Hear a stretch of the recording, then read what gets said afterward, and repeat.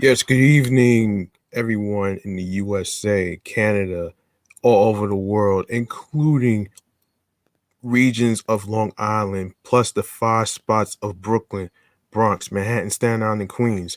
I'm your man, G Money Stacks, aka Lonely Nomad, aka YouTuber, aka Host with the Most, aka Gregonator, aka Rookie Podcaster of Queens, New York.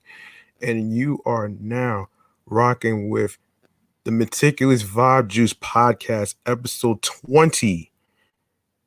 That's right. We reached 20 episodes so far. Now listen, um, I'm sorry for the delay in terms of my room being rearranged and stuff, but um, as you can see, I'm a little annoyed about something, but I'm not gonna discuss it on here. But anyways, if you are new to the channel and a new listener and you missed any previous episodes whatsoever, don't worry, I got your back. The first thing you need to do is subscribe to the Meticulous Vibe Juice Podcast YouTube channel page. Be sure to grab the subscribe button. Be sure to enable alerts along with the notification bell so you can be informed of when the show goes in the air via live stream. Also, be sure to leave a like, comment on the episodes along with the topics, and stay tuned um for previous episodes that was recorded, upcoming episodes. Be sure to share the videos, tell a friend to tell a friend. Also, be sure to share the podcast along with audio streaming platforms with your friends, which I will explain at the end of the show. Now, in case new listeners and new watchers from the YouTube community doesn't know what's going on, we are live and direct on StreamYard and YouTube. Also, we are also live streaming on the 17 Live app, where everybody could actually, chime in on the gifts, sharing the videos. Actually, let me just stress this a bit though.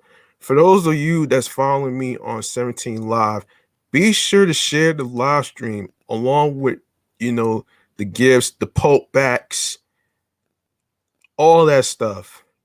That would really be appreciative. Um, Now, as for my mental health status, it's a bit challenging. Um, it's a bit challenging.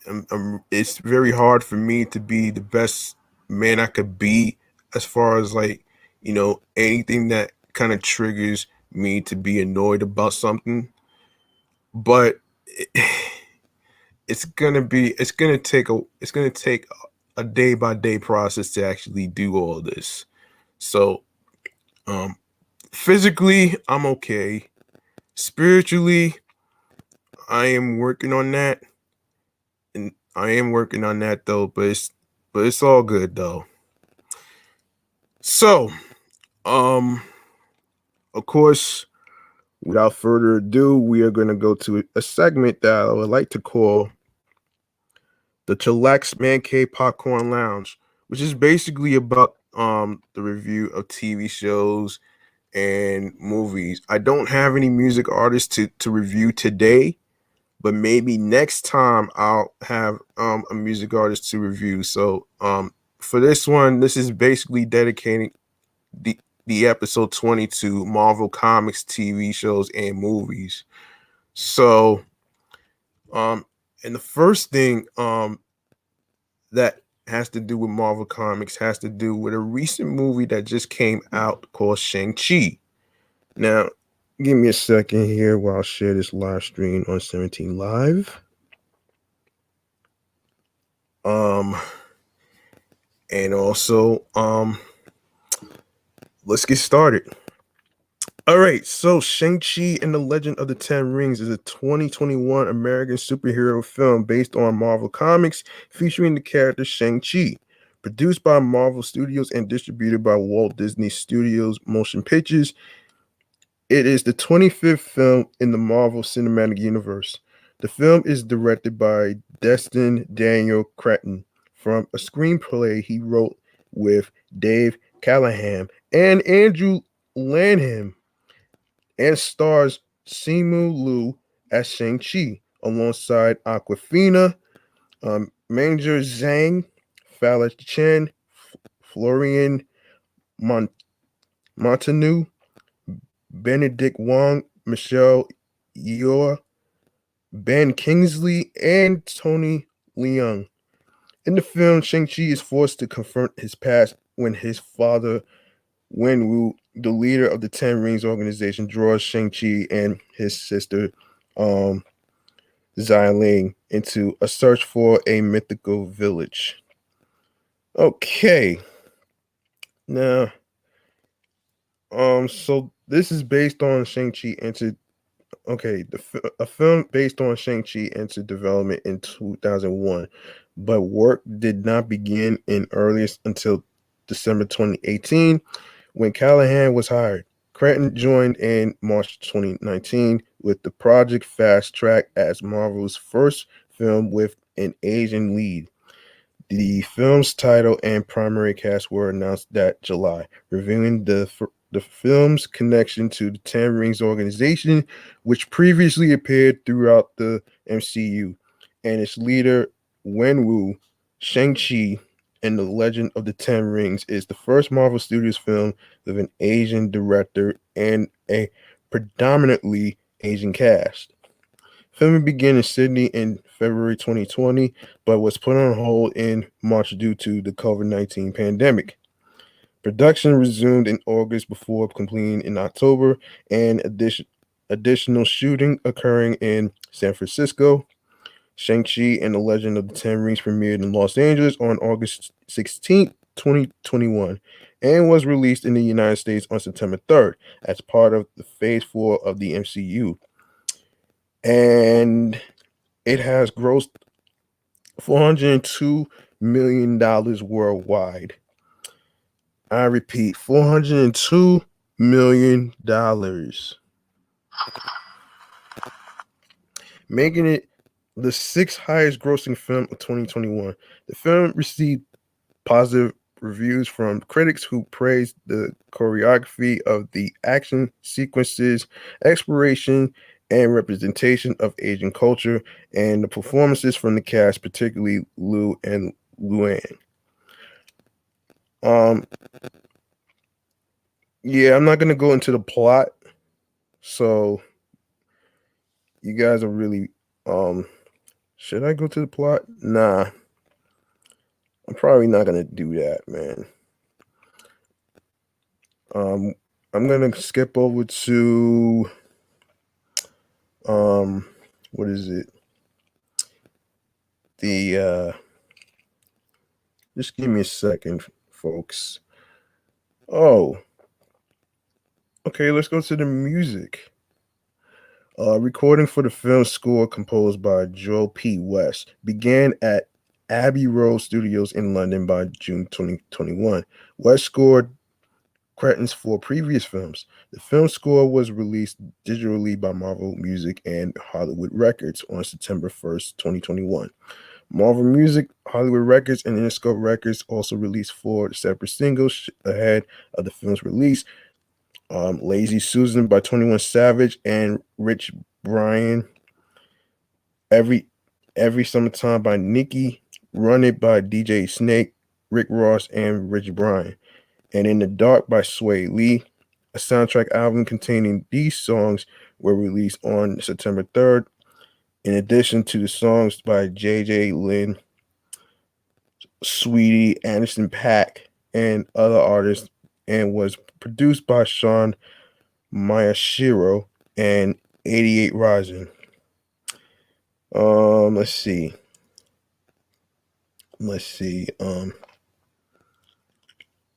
Of course, theatrical release, Shang-Chi and the Legend of the Ten Rings had its world premiere at the El Captain Theater and TCL Chinese Theater in Los Angeles on August 16th, 2021, and was screened at CinemaCon on August 25th. The film began releasing in international markets on September 1st, with it releasing in 66% of its markets by the end of its first weekend. In Australia, Shang-Chi and the Legend of the Ten Rings was released on September 2nd, with a planned release in New South Wales, Victoria, and Australian Capital Territory on September 16th because of the COVID-19 related state lockdowns. It ultimately released in New South Wales on October 11th with easing restrictions in the state, allowing cinemas to reopen. It was released in the United States on September 3rd in over 4,200 theaters with 400 IMAX, over 850 in premium large format, 1,500 3D, and 275 in specialty D box for 4DX and Screen X. The film will have a 45-day exclusive theatrical release rather than being released simultaneously in theaters and on Disney Plus with premiere access like Black Widow. In August 2021, with the increase of COVID-19 Delta variant cases, Disney CEO Bob Chapek explained that the film would stay theatrical only due to the practicality of last minute changes and called the 45-day exclusivity an interesting experiment for the company to learn more on how consumers wish to view and consume their films. Liu took issue with Chapek calling the film an experiment, with Feige later stating Liu's response appeared to be a misunderstanding of Chapek's intention. Shang-Chi and the Legend of the Ten Rings is part of Phase 4 of the MCU. Shang-Chi and the Legend of the Ten Rings was previously scheduled to be released on February 12th, 2021, the first day of the Chinese New Year, before it was shifted to May 7th and then to July 9th, delayed due to the COVID-19 pandemic. The film shifted once again in March 2021 to the September 2021 date after Black Widow was moved to the July 9th release date. In May 2021, a Chinese state media report excluded Shang-Chi and the Legend of the Ten Rings as well as Eternals from its list of upcoming MCU films releasing, which Variety noted added to rumors that the film would not be released in China. In September 2021, Deadline Hollywood reported that a theatrical release in China was unlikely due to comments Liu made in an interview with the CBC in 2017, referencing negative comments from his parents about living in China. Despite this, by early October, Disney still listed the film's release in China as to be determined. Home media. The film will be released on digital download on November 12th, 2021, as well as on Disney Plus as part of the service's Disney Plus Day celebration. It is scheduled to be released on Ultra HD Blu-ray, and DVD on November 30th. The home media of the film includes audio commentary, deleted scenes, a gag reel, and various behind-the-scenes featurettes. Reception. As of October 11th, 2021, Shang-Chi and the Legend of the Ten Rings has grossed over $213.3 million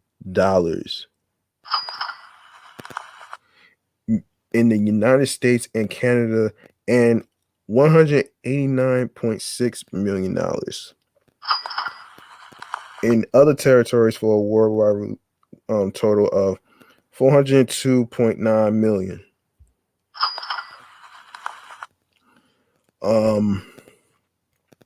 So the film earned $13.2 million worldwide from IMAX, which was a Labor Day weekend record.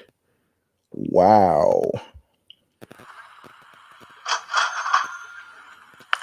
Shang-Chi and the and The Legend of the Ten Rings earned 29.6 million on its opening day, which included 8.8 million from its Thursday night previews, which was the third best opening day since the start of the COVID-19 pandemic in March 2020. The Thursday night preview gross was the second highest of the pandemic behind Black Widow, 13.2 million. It grossed 75.5 million over its 3-day opening weekend, the second largest of the pandemic behind Black Widow, 80.3 million. IMAX contributed 8 million, which was a release for a Labor Day weekend released. It earned 94.67 million over the 4-day Labor Day weekend, surpassing Halloween's 2007 30.6 million as the largest Labor Day weekend opening ever. The film surpassed 100 million in 5 days, the fastest film to reach that milestone since Star Wars The Rise of Skywalker 2019 surpassed that amount in its opening weekend. It remained the number one film in its second weekend, earning $35.8 million, which was the largest second weekend gross of the pandemic. Hold on. Let me take a drink real quick.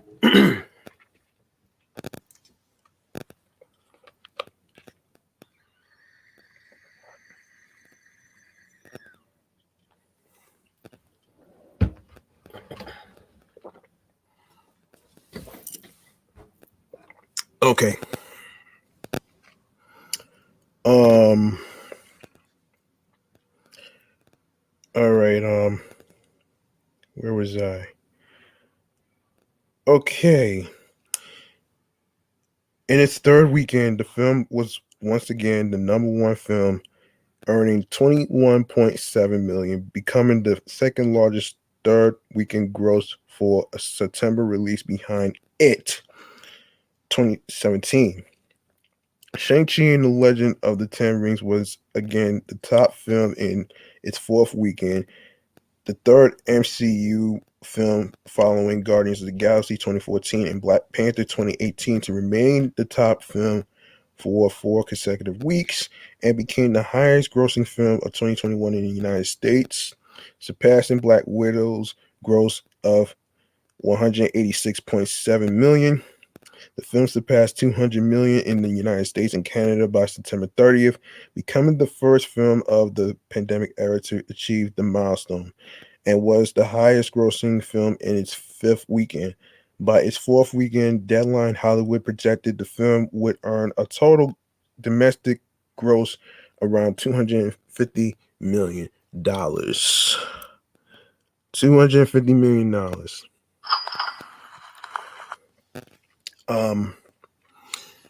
Okay. The film earned 56.2 million from 41 markets in its opening weekend, opening number one in many. The United Kingdom had the largest opening day of the pandemic, as well as the largest 3-day opening weekend of the pandemic with 7.7 million. In Hong Kong, the film produced the largest September opening weekend, as well as the second best opening during the pandemic. Nancy Tartagulon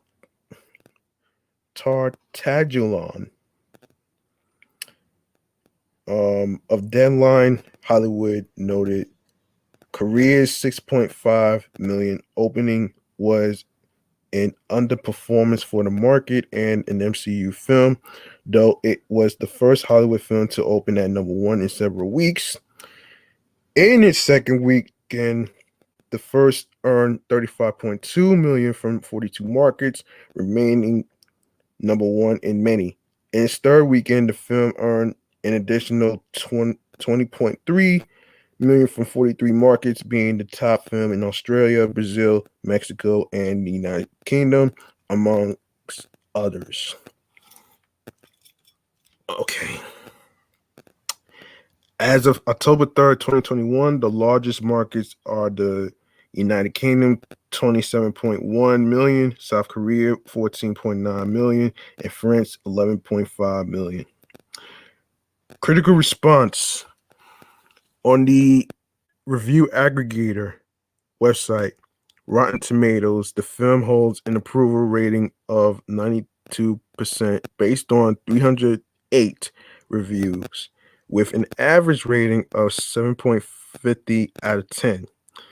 The website's critical consensus reads Shang-Chi and the Legend of the Ten Rings isn't entirely free of Marvel's familiar formula, but this exciting origin story expands the MCU in more ways than one.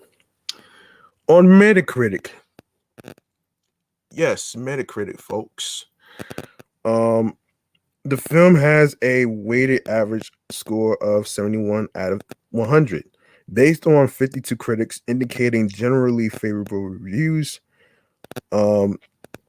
Audiences polled by CinemaScore gave the film an average grade of A on an A+ to F scale, while PostTrack reported 91% of audience members gave it a positive score, with 78% saying they would definitely recommend it.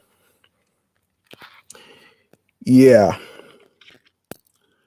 I would actually recommend watching that film too.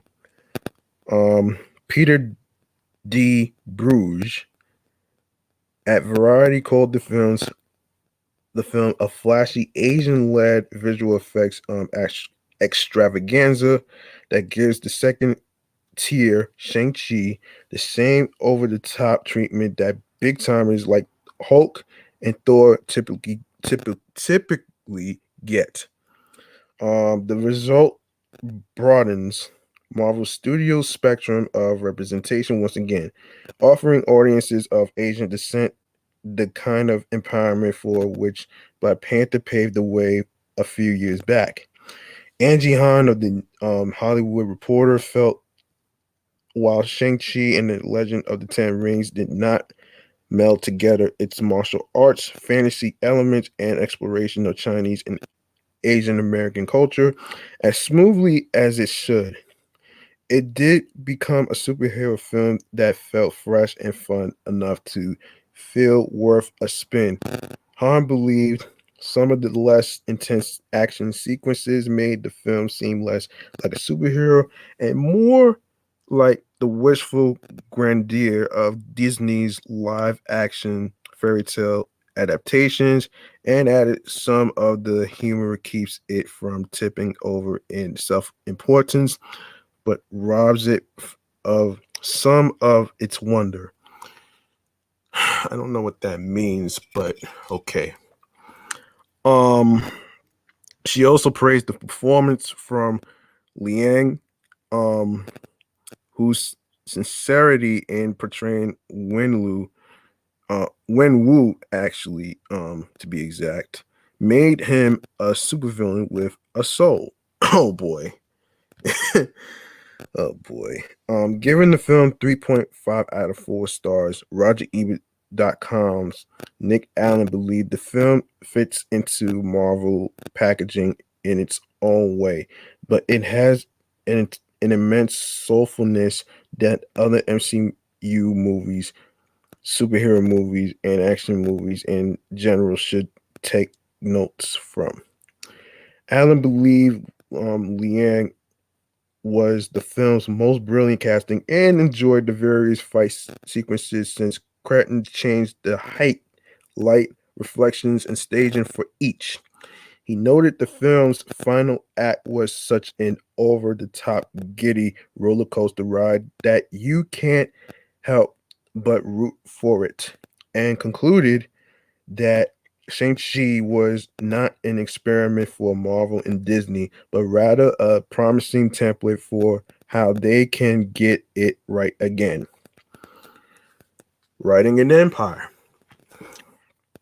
Laura Sirico said the film was a winning blend of Chinese culture mixed with the successful Marvel formula that avoids the typical Asian cliches and stereotypes of accents and bad drop. Excuse me.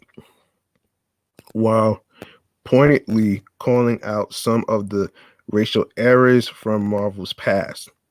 Given what's on the show here, the future for Shang-Chi and Asian representation in the MCU looks bright. Serikai um, also felt the choreography was the best yet in the MCU, saying that the fight scenes were truly gratifying and praised Lou Aquafina and Leon. She did feel, however, the film had some pacing issues that made the story con- convoluted and a rush ending that makes some of the characters' arcs feel unearned and brushed aside. Um, okay. J. Cole of Slant Magazine was more critical of the film, giving it a score of 1.5 out of 4 stars. He believes Shang-Chi was defined by the same gifted kid imposter syndrome as so many self-doubting heroes in the MCU and criticized Liu's performance as curiously effectless, but praised Leon as effortlessly conveying the calm malice with which Wenwu asserts his absolute power, as well as the anguish that the man feels over the loss of his wife. Cole felt the film's flashbacks were superfluous and had emotional flatness that brought the film to a crawl each time they were used, and took issue with CGI aided action scenes and the final act that devolves into loud and chaotic visual nonsense. Yeah, Allison Wilmore of Vulture wrote that the film isn't a hopeless addition to the Marvel Cinematic Universe fold, but added that it feels as racked with a sense of inadequacy about its main character as that main character is about himself, she concluded.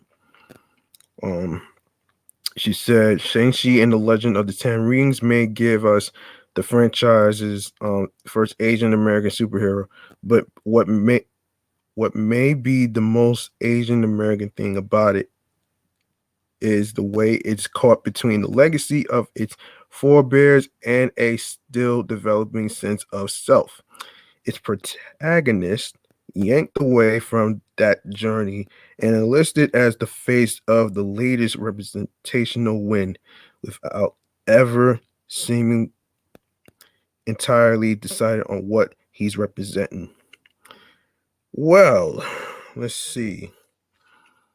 That's very interesting to say. Um, okay. All right, now that I got that out the way, let's go to Deadpool right here. I did see both of the films, by the way. So let's go to here. So Deadpool is a 2016 American superhero film based on the Marvel Comics character of the same name, distributed by 20th Century Fox. It is the eighth film in the X-Men film series, directed by Tim Miller from a screenplay by Rhett Reese and Paul Wernick. It stars Ryan Reynolds in the title role along Morana Baccarin, Ed um Ed Screen, T.J. Miller, Gina Carano, and Brianna Hill Hildebrand. In the film, Wade Wilson hunts the man who gave him mutant abilities and a scarred physical appearance, becoming the anti-hero Deadpool. Okay, let's see. Um I'm not even gonna go over the plot. You guys probably know about this already. Um we're gonna go over the we're gonna go over hold on a second, folks. As I scroll, we are going to go to. Hang on. All right, the music. We're going to the music right here. All right, so the music to the soundtrack to Deadpool goes like this. So Tom Hulkenborg announced in October 2015 that he would compose the score for Deadpool. Knowing that Deadpool only makes pre-1990 musical references, Hulkenborg decided to use sounds from the 1980s in the movie's main theme, as such as those of an Oberheim and a Synclavier. Several songs were written into Reese and Warnick's script to be used in the film. Some of these ultimately did not work as intended. For example, the sex montage with Wilson and Vanessa was to play out to Frank Sinatra's version of "It Was a Very Good Year" in the script, but this was changed to Neil Sedaka's Calendar Girl during editing. A soundtrack album featuring Hulkenborg's score and the songs heard in the film was released digitally on February 12, 2016, and physically on March 4th through Milan Records. Okay. So, of course, yeah, due to the film's limited marketing budget, Reynolds worked closely with Fox's marketing chief, Mark Weinstock, to use the internet to their advantage and come up with cheaper Deadpool-based ways to market the film. This included unique trailers, unconventional billboards, promotional tie-ins with Super Bowl 50 and Viacom, and an extensive social media presence. Reynolds kept one of the Deadpool costumes for himself and appeared in it throughout the marketing campaign. Visual effects vendor Image Engine animated Deadpool's mask for these appearances using a process similar to that used by Weta Digital for the film. Emma Gray Ellis at Wired.com described the campaign as crazy and unrelenting, with Deadpool waging a marketing siege of every platform you would think of. Okay. Bobby Anhalt at Screen Rant called it possibly the best film marketing campaign in the history of cinema. Host Gators Jeremy Jensen attributed the campaign success to Reynolds and to Fox for embracing the film's R rating. Yeah, I would agree with that. Deadpool's world premiere was held at the Grand Rex in Paris on February 8, 2016, before its initial theatrical release in Hong Kong the next day. This was followed by releases in 49 other markets. The next few days, including the United States on February 12th, the film was released in several formats, including IMAX, DLP, premium large formats, and D-Box. Kimber explained that unlike the previous X-Men films, Deadpool is a hard R. It's graphic, knowing nothing is taboo. You either commit to a truly outrageous boundary pushing kind of movie or you don't. China forbade the film's release because of this. Though R-rated American films are often cleaned up for release there, it was decided that doing so was impossible without affecting the plot. It was wait. It was not released in um um it was not released in UZBEK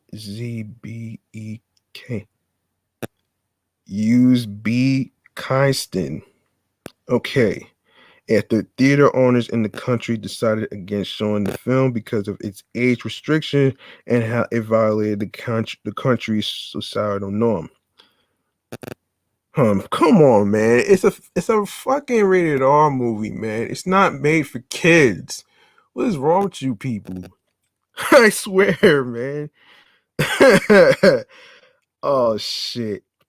So, Deadpool received seven general cuts to obtain approval for release in India. Despite being blocked in China during this initial release, Deadpool eventually premiered in the country during the 2018 Beijing International Film Festival, which ran over a week from April 15th to 22. The original version of the film played at the festival without any edits being made specifically for Chinese censors. Oh, give me a break. Home media. Deadpool was released for digital download on April 26, 2016, moved up from the physical home media release, which came on May 10th. The latter release for Blu-ray and DVD included behind the scenes featurettes, deleted scenes, and a blooper reel, and two audio commentaries, one by Tim Miller and Deadpool co-creator Rob Liefeld, and another by Reynolds, Reese, and Warnick. On November 7th, Fox re-released the film and its special features on Blu-ray for the holiday season as Deadpool's holiday Blu-ray package. The film was re-released again in April 2018 in a Deadpool 2-year anniversary edition Blu-ray package with collectible covers as well as stickers, card decals, temporary tattoos, and a set of paper dolls. A 4K UHD steelbook version was also released exclusively through Best Buy, featuring original artwork. Okay, we go to the reception. So the box office, Deadpool grossed $363.1 million in the United States and Canada, and 420 million in the other countries for a worldwide release total of 783.1 million.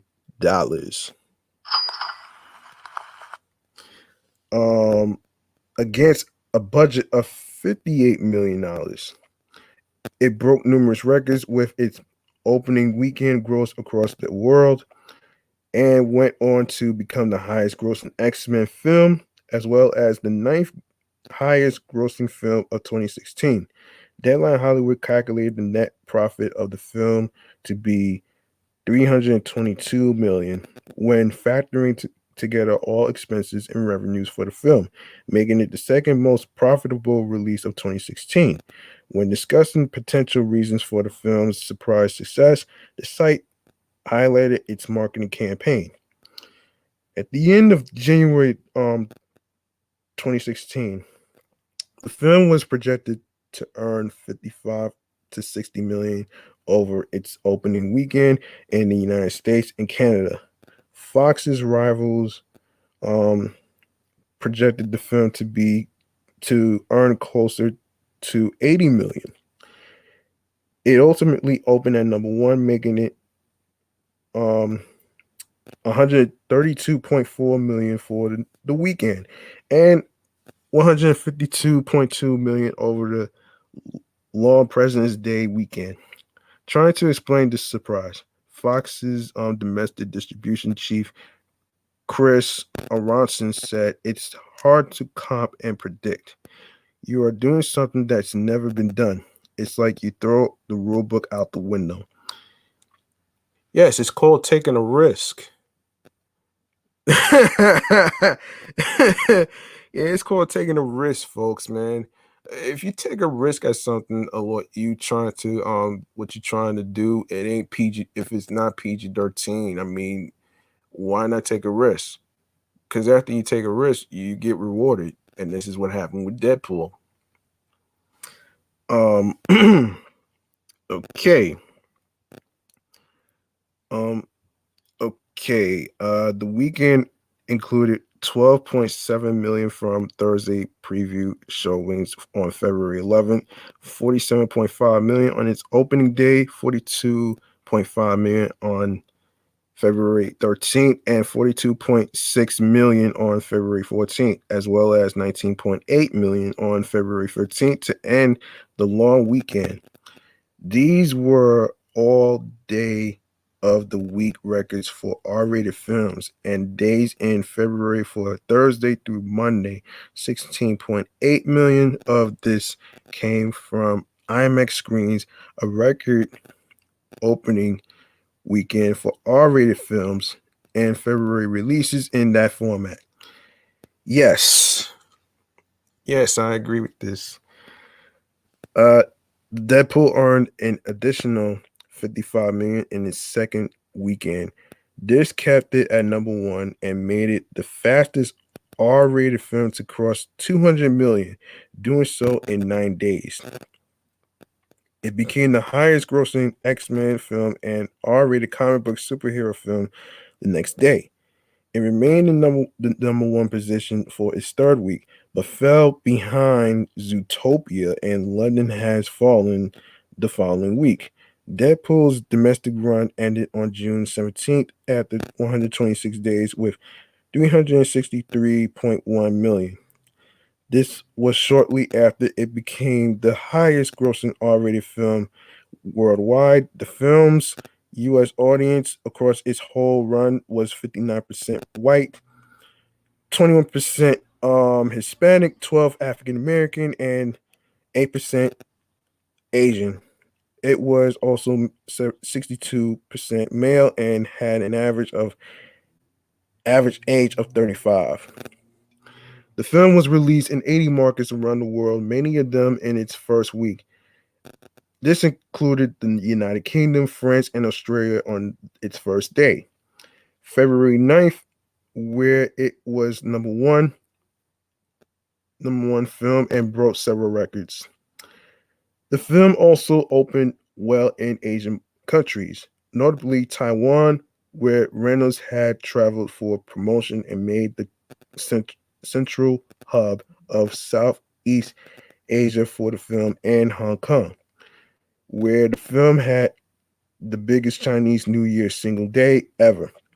It went on to gross 132.2 million for its intentional opening weekend, which included 9 million from IMAX showings, breaking opening weekend records for February releases and R-rated films in that format in several markets. It was the number 1 film in all markets where it was released over the weekend, except Poland and Malaysia, where it was number 2 behind local films Planet Single and The Mermaid, respectively. Yeah, hold on.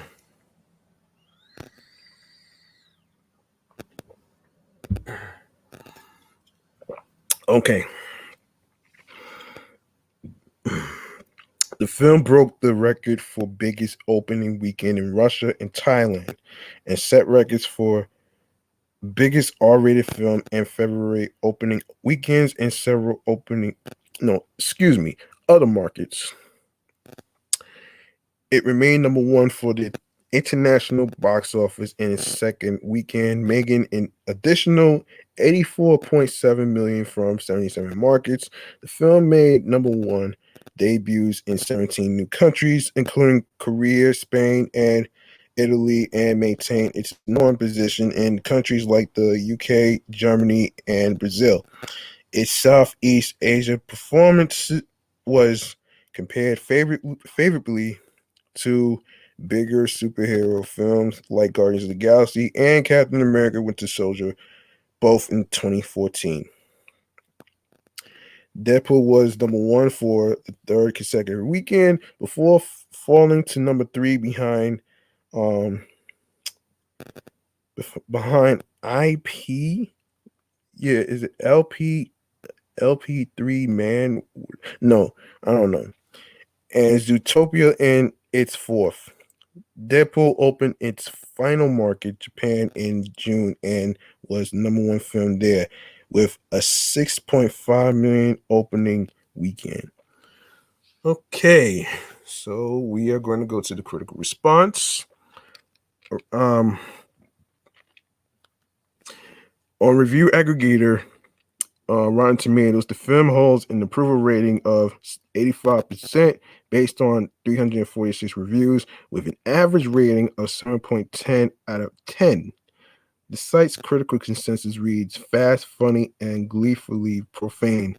The fourth wall busting Deadpool subverts superhero film formula with wildly entertaining and decidedly non-family friendly results. On Metacritic, the film has a weighted average score of 65 out of 100, based on 49 critics, indicating generally favorable reviews. Audiences polled by CinemaScore gave the film an average grade of a A on an average, A on an A plus to F scale. Yes. Post track reported an average positive score of 97%, and 45% of filmgoers saying the film exceeded their expectations. Okay. Michael O'Sullivan of the Washington Post scored Deadpool 3.5 out of 4, calling it a voraciously self-aware comedy and the first R-rated Marvel's film with real teeth. Oh man, real teeth. Oh shit, that's crazy. He praised the film's attitude and tone, Reynolds for making Deadpool a likable character, and the film's action scenes. The Rap's Alonzo Durald said Deadpool shouldn't work, but it absolutely does, feeling that it successfully balanced comedy with superhero action, and that the chemistry between Reynolds and Baccarin gave enough weight to the plot to support the tone and violence. Calvin Wilson at the St. Louis Post Dispatch also gave the film 3.5 out of 4, saying it was smart, sexy, and outrageous, but that would not work without Reynolds.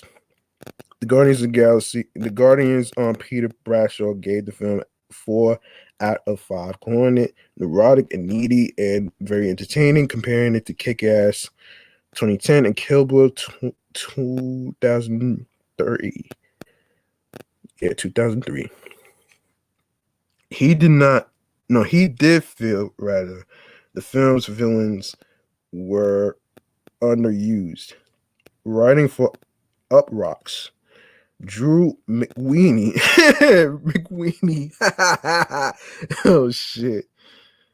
Described it as the world's most violent and vulgar Bugs Bunny cartoon and praised the film's unconventional plot structure, its personal stakes, the difference in tone and storytelling from other superhero films, and the cast. Variety's Justin Shang said the film is terribly arch and juvenile, but also um startlingly effective. Okay. Praising Reynolds' performance and the film's willingness to hide his looks under prosthetics. The script, the director Miller for staying out of the way of his script and his star. Todd McCarthy, rather, at the Hollywood Reporter felt the film took a while to get going, but once it does, Deadpool drops trial to reveal itself as a really raunchy, very dirty, and pretty funny goof on the entire superhero ethics. Okay. Yes. Rolling Stones Peter Tavers said the film goes on too long and repetition dulls its initial cleverness, but the junky feel is part of its charm. He praised the cast, particularly Reynolds, as well as Tim Miller's action sequences. At the Boston Globe, Tom Russo gave the film 3 stars. He criticized the featherweight plot, but said that there is enough humor to support it, and that Reynolds was born to play Deadpool. Chris Nashawati graded the film a B for Entertainment Weekly, saying it doesn't have the most adrenalized action sequences or the deepest origin story, but makes up for that with R-rated fun. Nashawati felt Reynolds was the perfect star for the film, and and is a blast of laughing gas in a genre that tends to take itself way too seriously. I don't know about that one. Tasha Robinson at The Verge felt there was too much juvenile humor. She noted the film did not make homophobic, racist, or sexist jokes, and that its overall tone remained joyous despite the material. David Elderstein of Vulture said that the film's jokes saved it from a lack of subtext and strong villains, and noted the gratifying twisty structure. Um, Minola Dargish is okay at the New York Times was not impressed with the listing of the film's genre cliches in the opening credits before they were used. She highlighted uh, the film's no, excuse me, the human elements in the film and moments where Reynolds and Tim Miller did more than hit the same bombastic notes over and over again.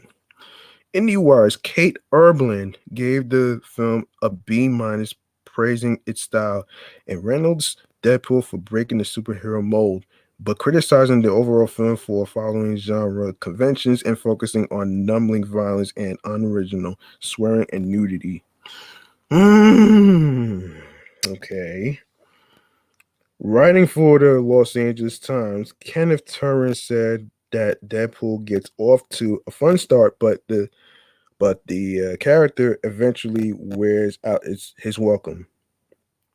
He noted that though the film has a complicated narrative, it is masking a conventional Marvel origin story. Tehran did highlight the film's romantic element and Bakarin's performance. Jonathan Pyle of Empire gave the film 3 out of 5, saying the number of jokes will soon numb you to their impact. He called the film a fun alternative to other superhero films. Robbie Collin at the Daily Telegraph also gave the film 3 out of 5, saying it is not the future of superhero movies, calling it an enjoyably obnoxious detour. He felt some of the film's jokes about superhero cliches were out of date by the time the film was released. The San Francisco Chronicle's Mick LaSalle did not appreciate the humor, fourth wall breaking, or violence.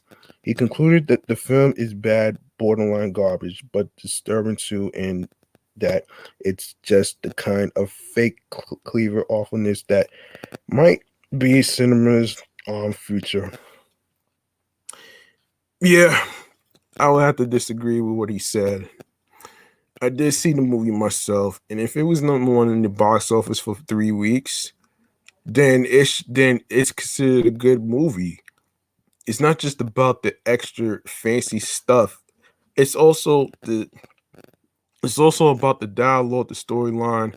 Of course, there's gonna be some crude humor in it too, because it's an R-rated film. Like you can't put R-rated films to kids. What's wrong with you? Like, come on, man.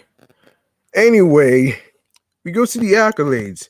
Deadpool has received many awards and nominations recognizing the film as a whole, as well as the cast performance particularly Reynolds as Deadpool, several technical areas, including the film's makeup, sound, and visual effects, and the film's unconventional marketing campaign. It was nominated for 2 Golden Globe Awards for Critics' Choice Movie Awards, winning 2 Directors Guild of America Award, 5 Empire Awards, 7 Golden Trailer Awards, winning 2 Hugo Award, 2 Key Art Awards for marketing, winning both, 8 MTV Movie Awards, winning 2 Producers Guild of America Award, 4 People's Choice Awards, winning 2 3 Saturn Awards, winning 1 16 Choice Awards, winning 2 and a Writers Guild of America Award.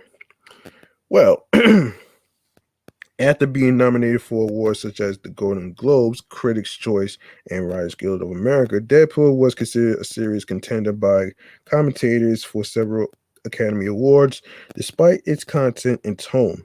This included potential nominations for Best Adapted Screenplay and Best Makeup and Hairstyling, and after its Producer Guild of America nomination, Best Picture. When the film did not receive any Academy Award nominations, it was widely considered to have been snubbed. Analyzing potential reasons for this, Screen Rant's Alex Leadbeater, Leadbeater, oh shit, that said that while the film earned a solid thumbs up from most, it was generally not praised by top critics for offering any depth or related subversion of its genre. He also noted an apparent bias that Academy voters have against superhero films. The lack of a targeted campaign for the awards by Fox, who did not seem to be expecting any of the film's previous awards either, and the number of other films in contention as 2016 was, all in all, a pretty good year for movies. A variant cover for Marvel Comics is X-Men Gold #1 with an art by Ron Lim and was released in April 2017. References Deadpool's Oscar snub. Okay. Yeah, we're gonna go to the cinematic impact. Before Deadpool's success, R-rated comic book based films considered successful were 300 and Watchmen, which earned about half the opening weekend gross of successful PG-13 superhero films. Kick-Ass, a film tonally similar to Deadpool, even made even less with a 19.8 million opening. Many reasons were given why Deadpool went on to be more successful than these, including the popularity of the Marvel brand and Reynolds' performance. Tom Huddleston Jr. wrote for Fortune that Deadpool was proof to Hollywood that R-rated films can be successful as PG-13 films, particularly when fans see the rating itself as validation that the film is true to its source material. A Hollywood executive not involved with the film felt it succeeded because it has a self-deprecating tone that's realist. It's never been done before. It's poking fun at Marvel. That label, it takes itself so seriously. Can you imagine them making fun of themselves in a movie? James Gunn, director of Marvel's Guardians of the Galaxy, rejected this, saying Deadpool was a success because it's original. It's damn good. And yes, I do agree with James Gunn on this. And it wasn't afraid to take risks. Gunn hoped studios would learn the right lesson from the film and not just try to make more films like Deadpool. After Fox's Logan also became a success, Forbes' Paul Tassi reiterated Gunn's sentiments, saying the ranting was appropriate given the adult nature of these two heroes, but too much stock is being put into unrestrained violence rather than people examining what actually makes these movies work. Okay. Gray May McMillan of The Hollywood Reporter concurred, adding, why not take the freedom that comes from that rating and try to reapproach the mainstream genre with that attitude? In March 2017, a Warner Brothers executive said that an R-rated DC Extended Universe film could absolutely happen, while Sony Pictures began developing an R-rated adaptation of the character Venom with a smaller budget, inspired by Fox's success with Deadpool and Logan, even though Venom was released under the PG-13 rating. In June, Kevin Feige said in response to the successes that though Marvel Studios was not planning any R-rated films for its Marvel Cinematic Universe, it's not out of the question. After the proposed acquisition of 21st Century Fox by Disney was announced in December 2017, Disney CEO Bob Iger said that the company would be willing to make future R-rated Marvel films like Deadpool, potentially under a Marvel R brand, as long as we let the audiences know what's coming. Okay. I think I'm gonna go over Deadpool 2, which is next. And then I'll go over Winter and the Falcon and the Winter Soldier, and I'll review the What If. So here we go. We're gonna talk about Deadpool 2, which I also seen. Okay. So Deadpool 2 is a 2018 American superhero based on the Marvel Comics character Deadpool. It is the 11th installment in the X-Men film series and is the sequel to 2016's Deadpool.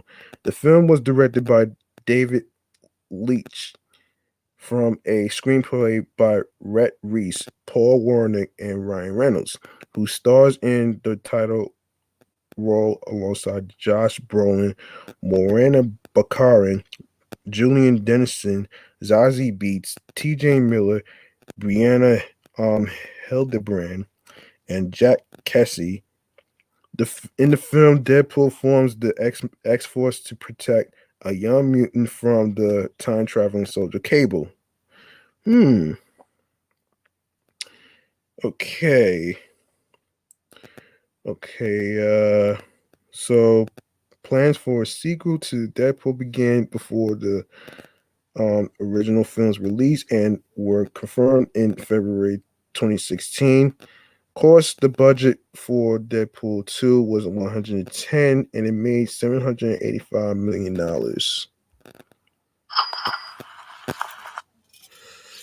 Okay,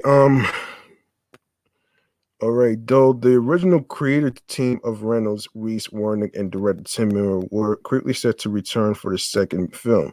Miller left the project in October 2016 due to creative differences with Reynolds and was soon replaced by Leitch. An extensive casting search took place to fill the role of Cable, with Brolin ultimately cast. Filming took place in British Columbia from June to October 2017. The film is dedicated to stuntwoman Joy S.J. Harris, who died in a motorcycle accident during filming. Damn! Deadpool 2 was released in the United States on May 18, 2018 by 20th Century Fox. The film outgrossed its predecessor, earning over $785 million worldwide, becoming the ninth highest grossing film of 2018, the highest grossing film in X-Men series, as well as the highest grossing R-rated film. The film received positive reviews from critics who praised its humor, a cast, performances, story, and action sequences, but criticized its tone and script. A PG-13 rated version of the film, titled Once Upon a Deadpool, was released on December 12, 2018 to mixed reviews. Yeah, I didn't like the PG-13 version though, man. I hate to say this though, man. I don't know why they would actually make that movie, but I'm sorry, but that right there was a bad idea. Um, so following the acquisition of the 21st Century Fox by Disney, a third Deadpool film set in the Marvel Universe, cinematic universe rather, is currently under development at Marvel Studios. Okay, we're gonna go over the music. Okay, we'll go over the music here. So Junkie XL chose not to return for Deadpool 2 after composing the score for the first film, given that Miller was the driving force behind him working on that film in the first place. In October 2017, it was confirmed that Tyler Bates would be writing the score for Deadpool 2 after doing the same for Leach's previous films. Bates approached the music with a slight rock sensibility and used a distorted guitar run through a wah-wah pedal, micro sniffs to add unique colors and a choir. The choir originally sings lyrics such as "You can't stop the motherfucker" and "Holy shit balls." Oh man, which ultimately earned the score a parental advisory warning. It is the first score album to receive such a warning. Bates felt this was not meritless debauchery. It was just fun. It's very rare that we can work on something at such a high professional level that embraces the um, irreverence of Deadpool. Leach wanted to create an original song for the film that served as an emotional through line for all of the film's characters. The song Ashes was ultimately produced and recorded by Celine Dion. Leach directed the music video to go with the release of the song. The Reynolds both wanted to produce a music video to accompany the song. Leach was initially conflicted about this as he wanted audiences to discover the song, which was filmed in the Coliseum at Caesar's Palace. It featured dancer Giannis Marshall performing as Deadpool in high heels while Dion sings the song.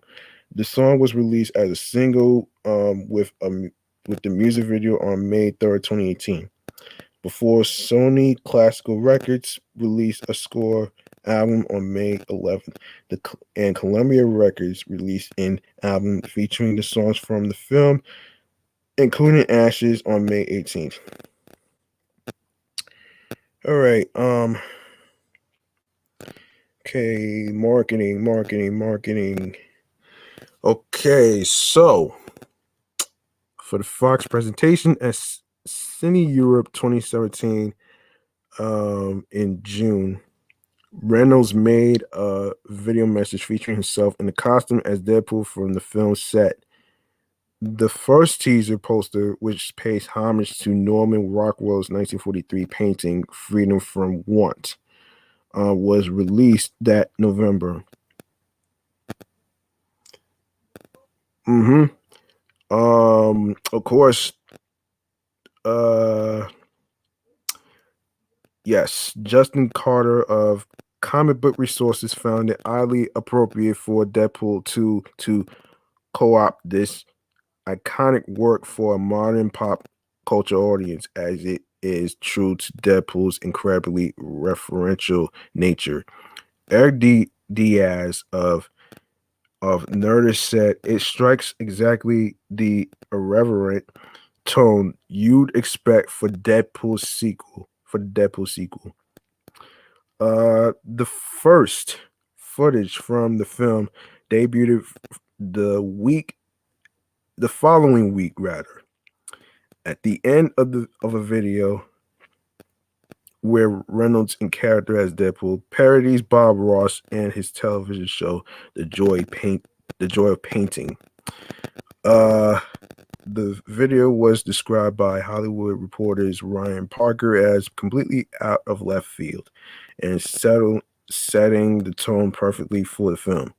Though his colleague Gray May McMillan was less positive due to not knowing of Ross, Deadpool creator Fabian Nicieza.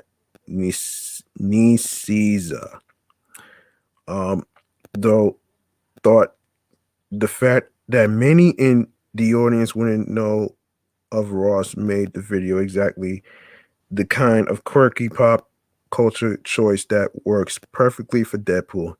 Parker added this trailer only showed a few seconds from the film, but fans will be talking about it all day because of the presentation, unlike any other trailer, which would have shown so little of the product. All right. Um, rather than pay for an expensive advertising spot during the Super Bowl, the film's official Twitter account was used to live tweet the event with in character commentary from Deadpool. A new trailer for the film was released later that week, focusing on introducing Cable. Parker felt that Reynolds and company have completely changed the trailer game. The formula of just showing some of the actual movie, but with a tiny story thrown in, is such an incredible marketing idea. Okay. McMillan and their colleague Aaron Couch. Yo, don't ask me how he got the last name Couch. Oh shit. Oh my god, this is fucking hilarious right here. Praised the trailer playing on the visual effects for Cable's arm not being finished, noting it as a joke about the visual effects to remove Henry Cavill's mustache from Justice League.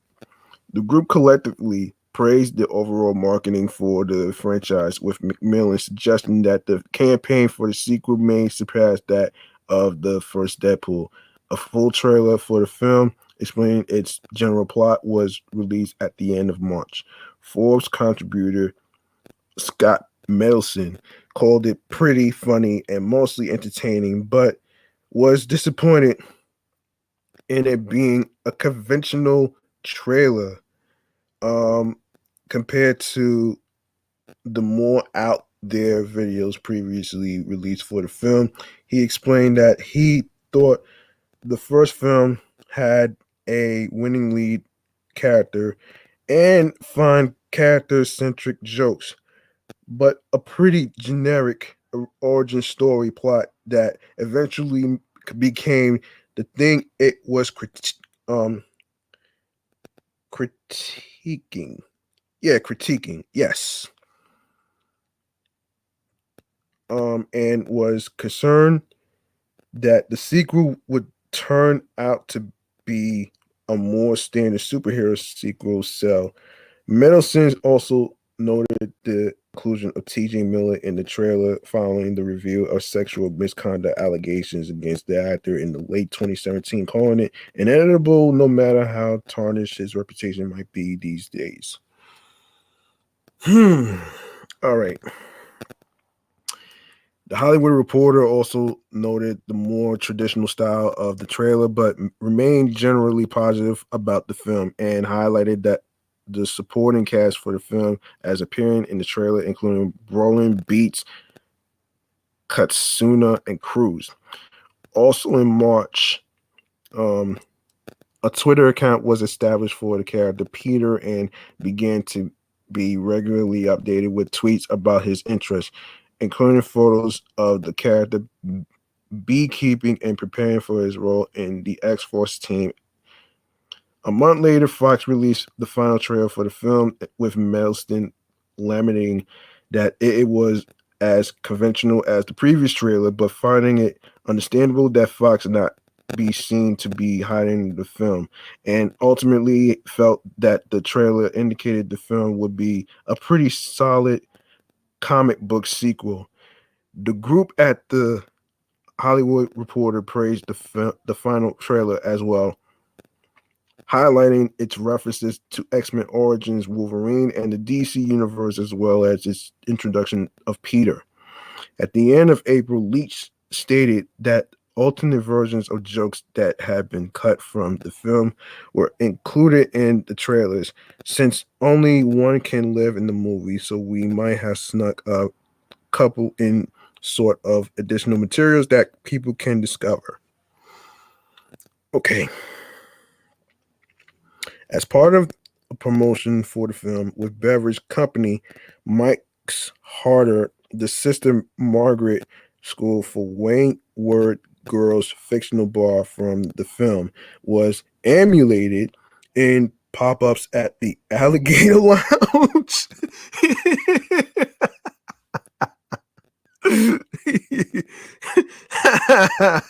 Oh shit, Alligator Lounge.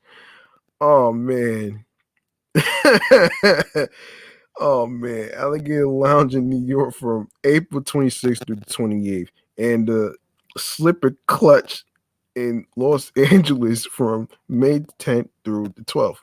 The pop-ups respectively serve pizza and chimichangas. Okay, the campaign, no, excuse me, traditionally Deadpool's favorite food, as well as Deadpool inspired harder drinks. Chimichangas. um, the campaign also included the chance to win a trip to the film's premiere through Harder, and the Los Angeles pop-up benefited the nonprofit DTLA Film Festival. All in all, the studio spent $135 million on promotions and advertisements for the film. All right, we're gonna go to the reception. All right, here we go.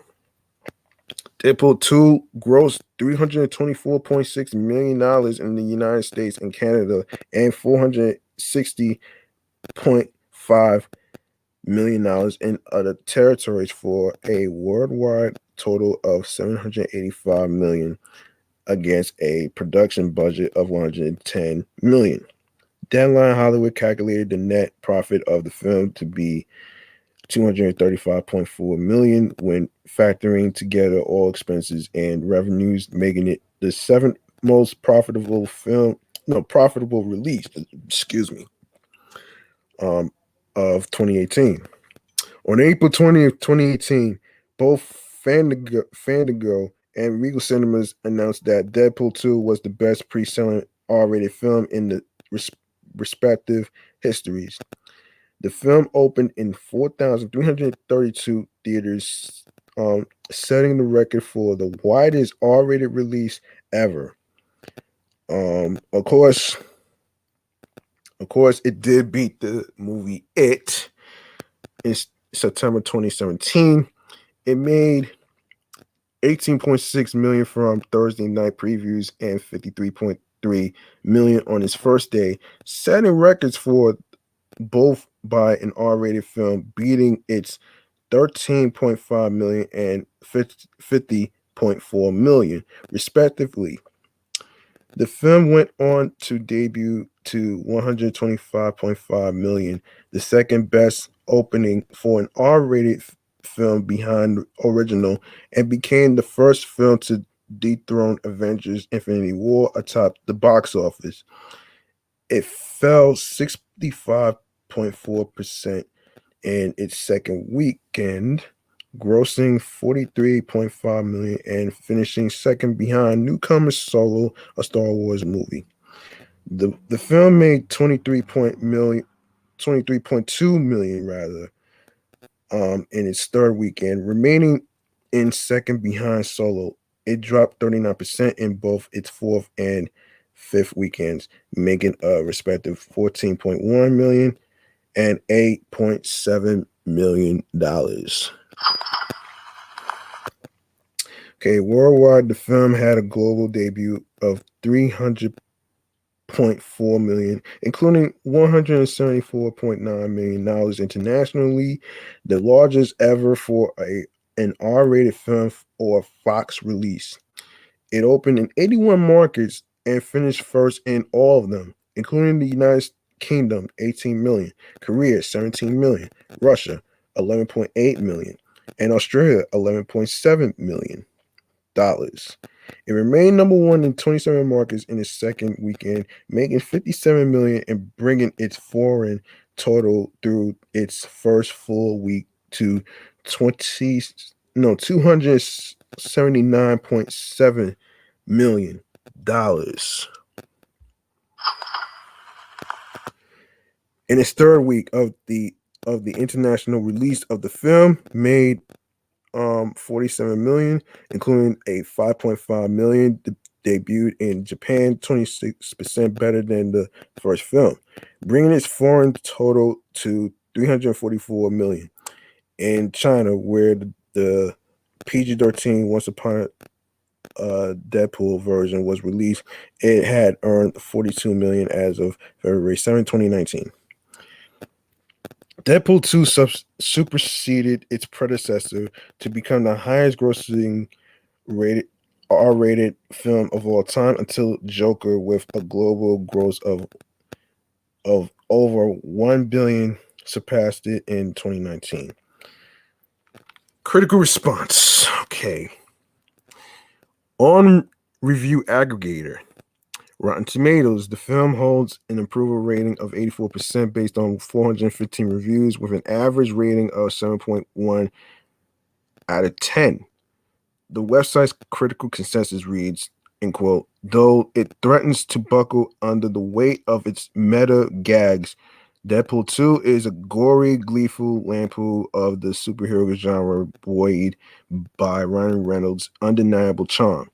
On Metacritic, which assigns a normalized rating to reviews, the film has a weighted average score of 66 out of 100, based on reviews from 51 critics, indicating generally favorable reviews. Audiences polled by CinemaScore gave the film an average grade of A on an A+ to F scale, the same score as the first film. Audiences were 59% male and 41% female. Richard Rober of the Chicago Sun-Times gave the film 3.5 out of 4 stars, jokingly calling it the best sequel since The Godfather Part 2, and saying, in quote, Deadpool 2 is wicked, dark fun from start to finish, with some twisted and very funny special effects, cool production elements, and terrific assembled work.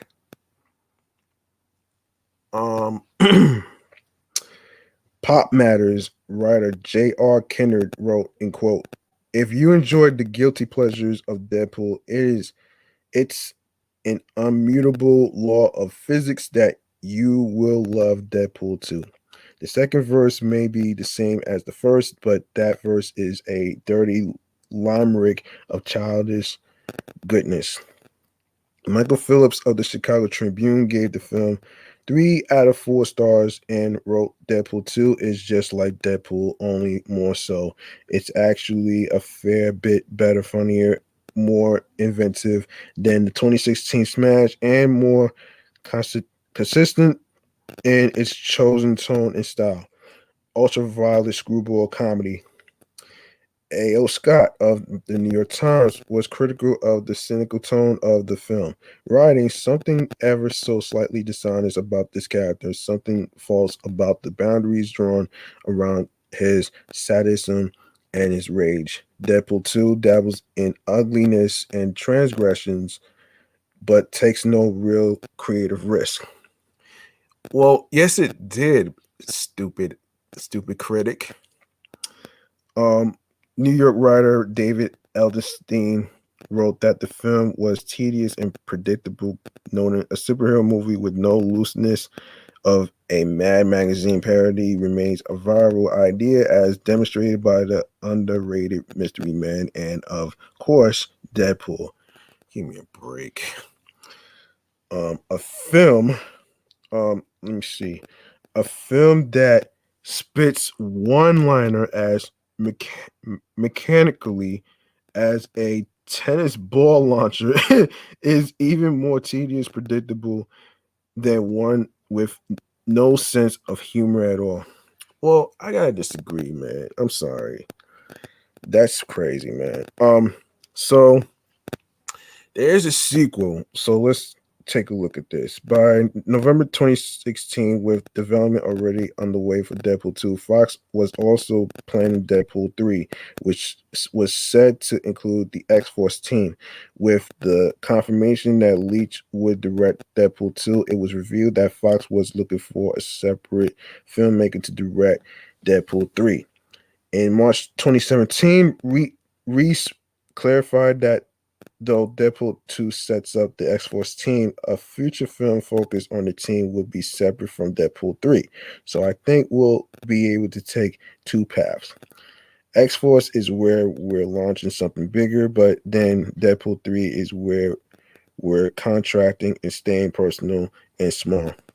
In May 2018, Reynolds stated that the third Deadpool film may not be given the franchise's shift of focus to X Force, though Reese and Warnick felt a third film would absolutely be happening after Reynolds took a break from the character and X Force was released, which they compared to the Iron Man franchise having Iron Man 3 2013 released after the crossover the Avengers 2012. Also, Leach expressed interest in returning to the franchise, saying, "I would be grateful to work on something starring Ryan Reynolds Deadpool again. It just depends on time and place, so we'll see what happens." In January 2021, Reynolds revealed that the plot of the film under Fox would have involved Deadpool and Wolverine going on a road trip in the style of the film Rashomon. After the acquisition of 21st Century Fox by Walt Disney was announced in 2017 and completed in March 2019, all X-Men films in development were canceled, including X-Force and Fox version of Deadpool 3, with Marvel Studios taking control of the franchise. Disney CEO Bob Iger said that Deadpool will be integrated with the Marvel Cinematic Universe under Disney. The characters' films would remain R-rated as long as we let the audience know what's coming. The Once Upon a Deadpool version of the film was being watched carefully by Disney and Marvel Studios to see whether it might inform how they would approach the character and integrate him into the PG-13 MCU. Which I highly doubt. I highly doubt it though, man. But this is more of a wait and see, man. You know what I mean? In October 2019, Reese and Warnick said that they have a script in development, but we're waiting for approval from Marvel Studios to begin production on the third film. Reese said Deadpool will live in the R-rated universe that were created, and hopefully will be allowed to play a little bit in the MCU sandbox as well, and incorporated him into that. It was also indicated the same month that Reynolds would continue to play Deadpool. In December 2019, Reynolds confirmed that a third Deadpool film was in development at Marvel Studios. On November 20th, 2020, Marvel and Ryan Reynolds met with various writers and decided that Wendy Molyneux and Lizzie Molyneux Logelin, who are known for their work on Bob's Burgers, would write the script for the third film.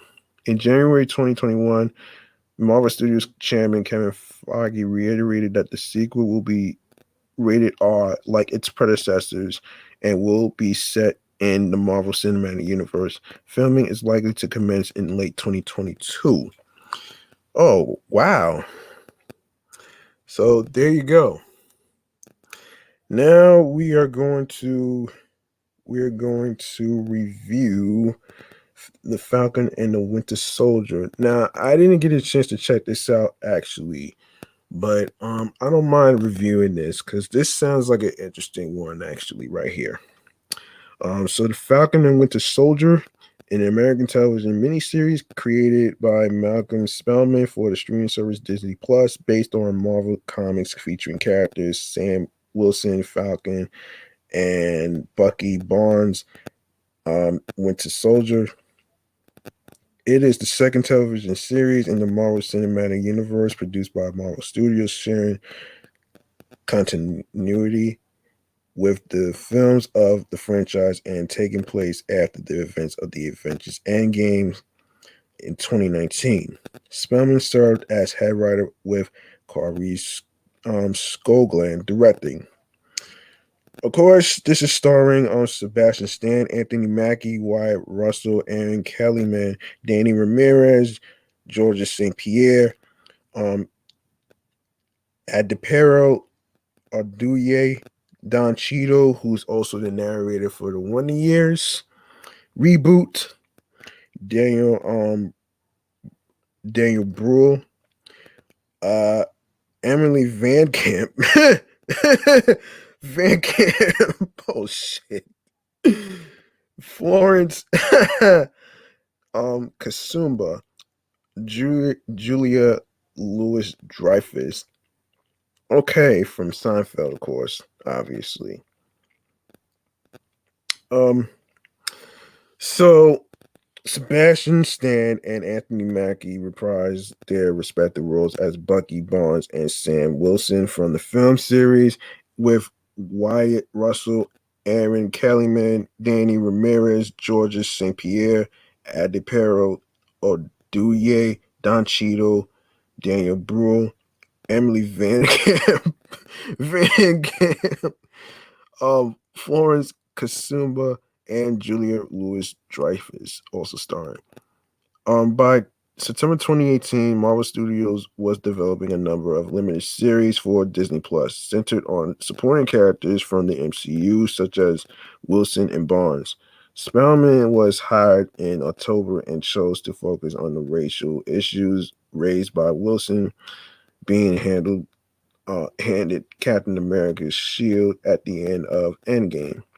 The Falcon and Winter Soldier was confirmed in April 2019, and Skogland was hired the next month.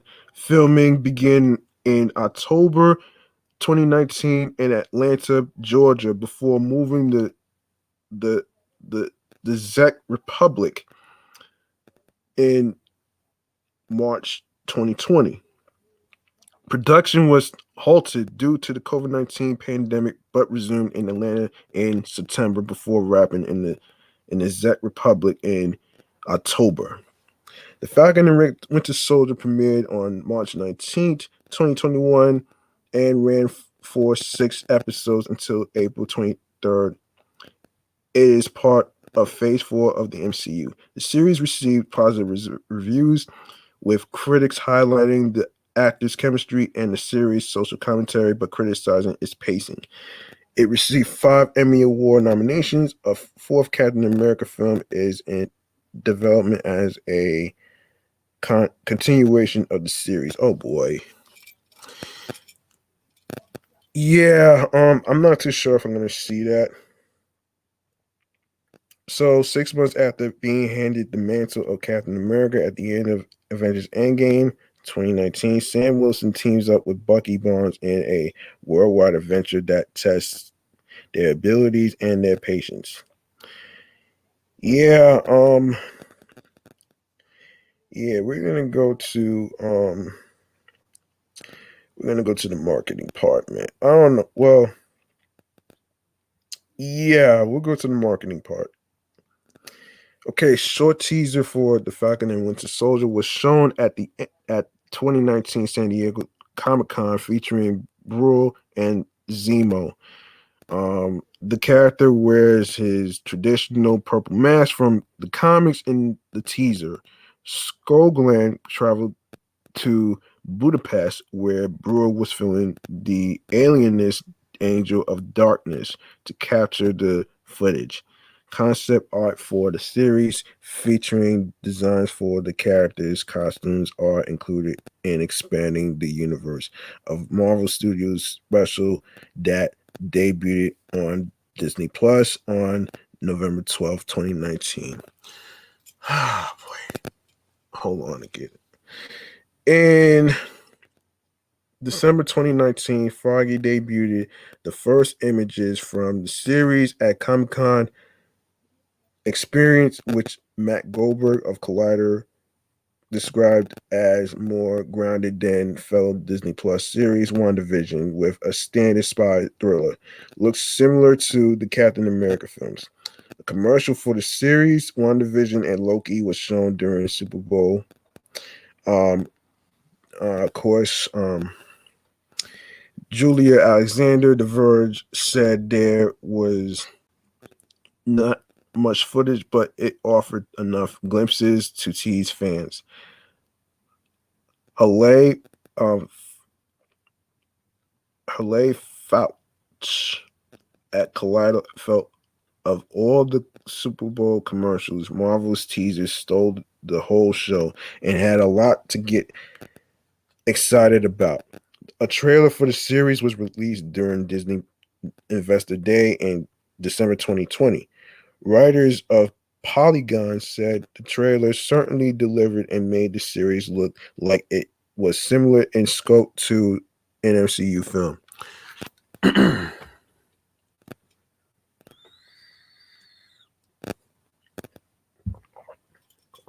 All right.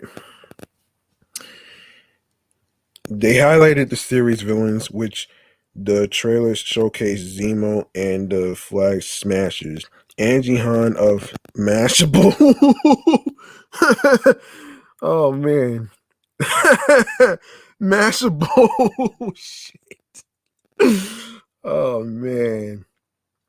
Felt that the trailer promised explosive action, a jet-setting plot, some very creepy villains, and best of all, a return of the characters' odd couple best frenemies dynamic from Civil War. Cinema Bland's Laura Hurley said the trailer's action was so epic that it could be the trailer for an MCU film rather than a series. Writing for IO9, Charles Pillion Moore called the trailer nothing short of bonkers. Okay. A television spot was shown during Super Bowl, which announced the release of the second trailer for the series. Ben Pearson of Slash Film said the trailer was a return to the quippy, action-heavy Marvel House style after the release of the less conventional WandaVision. Pearson wondered how this perspective would have been different if the Falcon and the Winter Soldier was released before WandaVision was originally planned. Ethan Alter at Yahoo also compared the trailer to WandaVision, saying the series appeared to bring the fireworks audiences traditionally expect from MCU adventures. Rolling Stone's Brenna Ehrlich called the trailer replete with explosions, stomach flipping stunts, and all manner of intrigue. Speaking to Sharon Carter's, appearance in the trailer, Ian Cardona of Comic Book Resources felt that even though it was a few seconds, the character was finally getting the respect she deserves following her brief appearances in the MCU films. Across various social media platforms, the trailer and television spot had more than 125 million combined views with 24 hours. The trailer became the most watched for a streaming series, surpassing the 53 million views of the September 2020 WandaVision trailer. It also had 217,000 social media mentions and the highest Google search volume among all entertainment offerings. Anthony D. Alessandro at Deadline Hollywood noted it was rare for analytics company EDO's top 10 most search Super Bowl spots list, which measures searches within 5 minutes of a spot airing, to include a trailer rather than brand ads. But the Falcon and Winter Soldier's spot was ranked fifth on the list. According to YouTube, the trailer was the sixth most watched Super Bowl ad on the site. The 4 episodes of the Disney Plus television series Marvel Studios Legends explore the Falcon and the Winter Soldier, Zemo and Sharon Carter, using footage from their MCU film appearances. The episodes focusing on Falcon and Winter Soldier were released on March 5th, 2021, with the Zeno and Sharon Carter episodes released on March 12th. Also in March, Xbox released commercials cross-promoting the series with the Xbox Series X and Series S commercials cross-promoting the series with the Xbox Series. No, with the Xbox Series X and Series S and Xbox Game Pass. The commercials feature Mackie alongside DC Pearson as Aaron, a game store salesman reprising his role from Captain America: The Winter Soldier, where he was an Apple Store employee. Aaron is revealed to be Noob Master Noob Master 69. Oh man, the Fortnite player who Thor threatens in Avengers Endgame. A final trailer for the series was released on March 15th. Austin Gosling at Polygon thought it was good. Excuse me. It was a good display of the series story, action, and banter. While Sci-Fi Wire's Matthew Jackson felt it clarified that the series would be a personal fight. He said this, and the previous trailers showed that the series could open up the future for this particular corner of the MCU. Discussing the trailer of IO9, James Whitbrook highlighted the emphasis on the physical and existential threats to Wilson and Barnes, and said he was intrigued by the portrayal by Flag Smasher Flag Smasher as a movement rather than a single character. In January 2021, Marvel announced their Marvel Must-Haves program, which reveals new toys, games, books, apparel, home decor, and other merchandise related to each episode of the series on the Monday following an episode's release. On March 15th, general repair of Funko Pops, collectibles, accessories, and houseware for the series was revealed for the program, with the must-have merchandise for the episodes starting on March 22nd and concluding on April 26th. In addition, in June 2021, Hyundai Motor Company released a commercial featuring Maggie as Wilson / Captain America, promoting the Falcon and the Winter Soldier and the Hyundai Tucson. The commercial was produced by Marvel alongside similar commercials for WandaVision, Loki, and What If, and was meant to tell in world story set within the narrative of the series. In July, Hasbro unveiled a series-themed version of Monopoly that was set to be released on August 10th. Okay, we're going to go to the reception. Yeah, we're going to go to the reception. All right. I'm sorry. Okay. All right, audience viewership. Disney Plus announced that New World Order was the most watched series premiere ever for the streaming service in its opening weekend, March 19th to 22nd, 2021, ahead of the premieres of WandaVision and the second season of The Mandalorian. Additionally, The Falcon and the Winter Soldier was the most watched title overall globally, and for that time period on Disney Plus, including the Disney Plus Hotstar markets.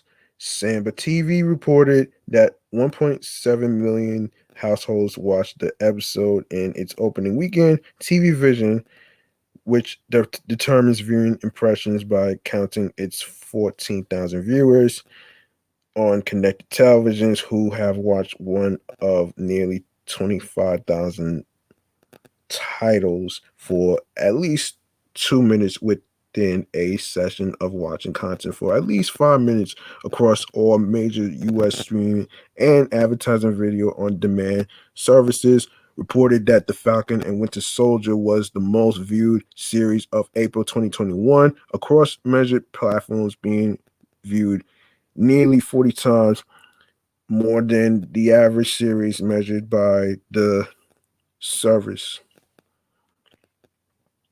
Um, hold on. Yeah, sorry about that.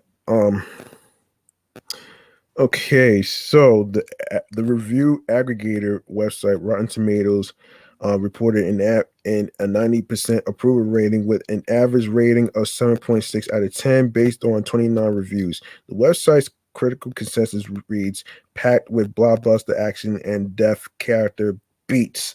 Falcon and the Winter Soldier proves itself worthy of Captain America's legacy with its globe-trotting intrigue, mature social commentary, and the sparky rapport um, between stars Anthony Mackie and Sebastian Stan. Metacritic, which uses a weighted average, assigned a score of 75% out of 100 based on 29 critics, indicating generally favorable reviews. The Falcon and the Winter Soldier was praised for bringing the Black experience to the forefront through its tackling of issues such as racial discrimination and confronting the original sins of America, building itself on the back of Black people.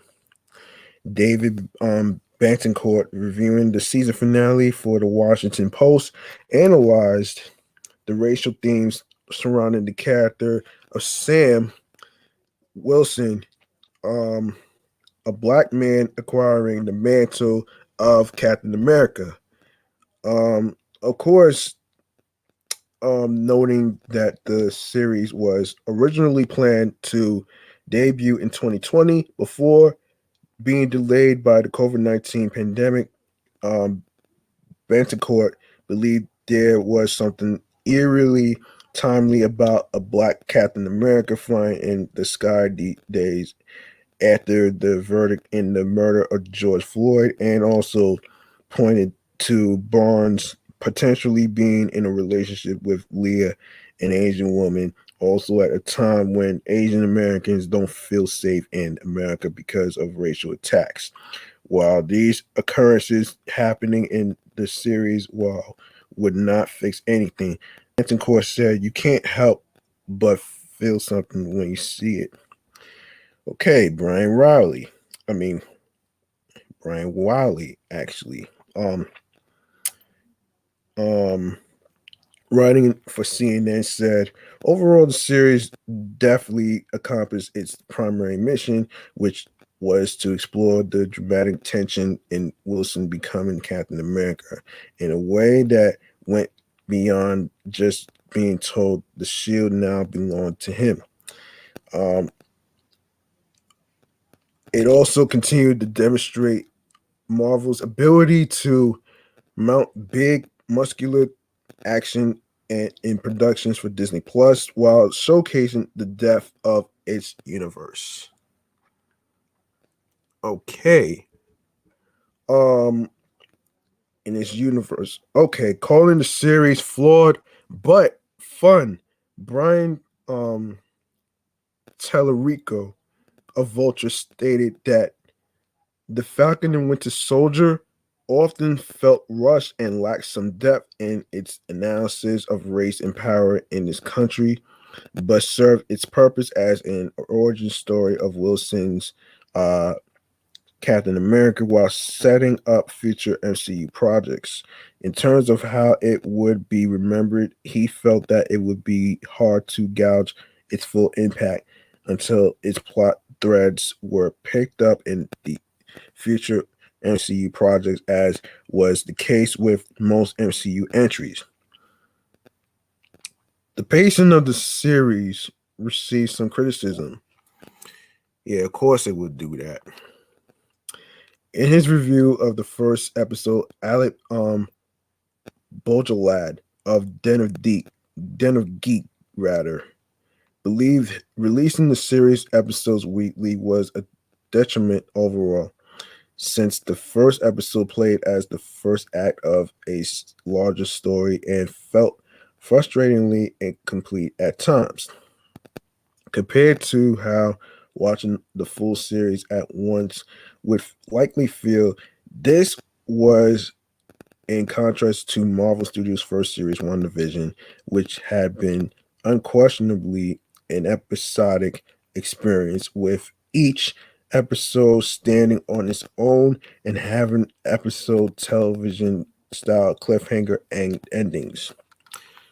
By the third episode, Alan Sepinwall of Rolling Stone felt the series was leaning way into the 6 hour movie model at this point, where the only concern is advancing the plot by any means necessary, regardless of how interesting it is on its own. He believed, compared to WandaVision, which was very clearly built to be consumed weekly, the Falcon and Winter Soldier would have been better to view all at once than as weekly episodes.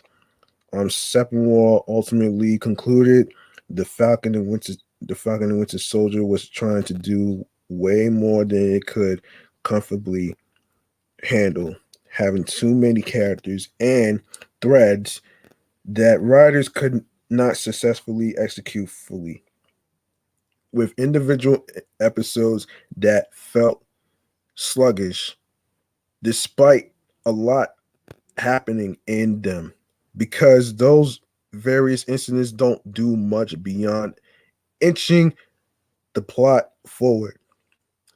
Noel said in the New York Times that The Falcon and Winter Soldier was largely enjoyable if scattershot, given it mandered mandered too much, shoehorning in too many side characters and too much Marvel mythology. However, it was still a rush to see Wilson zooming through the air, first as Falcon in the first episode, then again as Captain America in the sixth episode, which was even more satisfying. Entertainment Weekly's Darren Finch gave the series a D, believing there was glimpses of what the series could have been. He said, "This unmarvelous Disney Plus quagmire buried its best." Oh man. Oh shit, quagmire buried its best instincts underneath uninspired cameos, geopolitical stupidity, and spin-off teases. Creator Malcolm Spellman struggled to keep Sam in the foreground, but the sprawling tale lost focus. Oh boy, wow. That's an interesting logic. So we go to the accolades of the awards. Um, MTV Movie and TV Awards, May 16th of this year. Best Superhero, Best Duo. Both Anthony Mackie and Sebastian Stan won. Golden Trailer Awards, July 22nd of this year. Best BTS EP, PK for a TV streaming series under 2 minutes. Co-Workers Zealot nominated. Outstanding Drama Series, Malcolm Spellman nominated. Outstanding Actor Drama Series, Anthony Mackie nominated. Black Reel Awards, August 15th of this year. Outstanding Writing Drama Series, Malcolm Spellman for New World Order nominated. Outstanding Guest Actor Drama Series, Carl Lumbly nominated. Outstanding Guest Actress Drama Series, Florence Kasumba nominated. Best Drama Actor, Sebastian Stan nominated.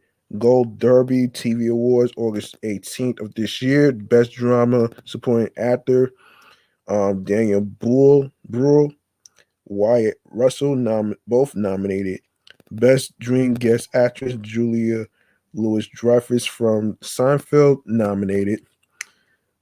Best Actor in Streaming Series Drama, Anthony Mackie, nominated. Of course, Hollywood Critics Association TV Awards, August 29th of this year. Of course, Best Supporting Actor in a Streaming Series Drama, Daniel Bruhl, Wyatt Russell, both nominated. Outstanding Guest Actor in a Series Drama Series, Don Cheadle for the New World Order, also in the reboot of the Wonder Years that I just mentioned, nominated. Of course, Outstanding Sound Editing for a Comedy or Drama Series, 1 hour. Of course, Primetime Creative Arts Emmy Awards, September 11th and 12th of this year.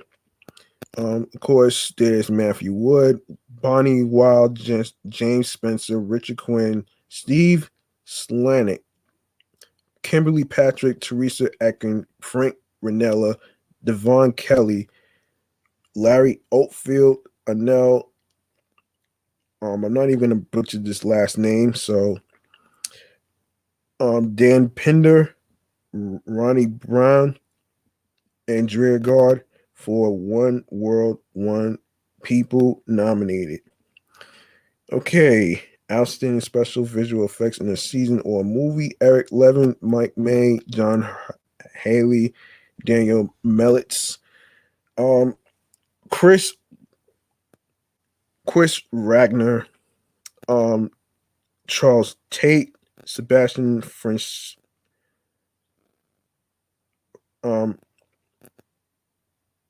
yeah, I'm not even gonna butcher this. Chris Morley, Mark Ladeau nominated. Outstanding Stunt Coordination, Hank Amos, Dank Macumber nominated. Outstanding Stunt Performance, John Nania, Aaron Tony, Justin Eaton for Truth nominated. And of course, Hollywood Professional Association Awards. Of course, it's still pending. Of course, this is Johannes Bresser, Mark Smith, Alexa Coy, Paul Jennis, Sebastian Bummersheen for New World Order. This is more of a wait and see, so we'll get back to it. Emmy Awards campaign ahead of the final episode, Marvel Studios had decided to submit the Falcon and Winter Soldier in the various drama series categories for the Primetime Emmy Awards rather than in its limited series category. Moore explained that this decision was made around the launch of the series since they felt the series was a bit more dramatic than past Marvel Studios content. And being of the studio's first television series, the drama categories were appropriate for what the show is trying to tackle. He added that there had not yet been any consideration if Mackie and Stan would both be submitted for Outstanding Lead Actors or one also an Outstanding Supporting Actor. Of course, I'm not even gonna go over the documentary special, and I'm not too sure about that one. And I'm not gonna go over this feature, so I want to go get to the last thing I want to do is the What If series, which I've been hearing so much buzz about.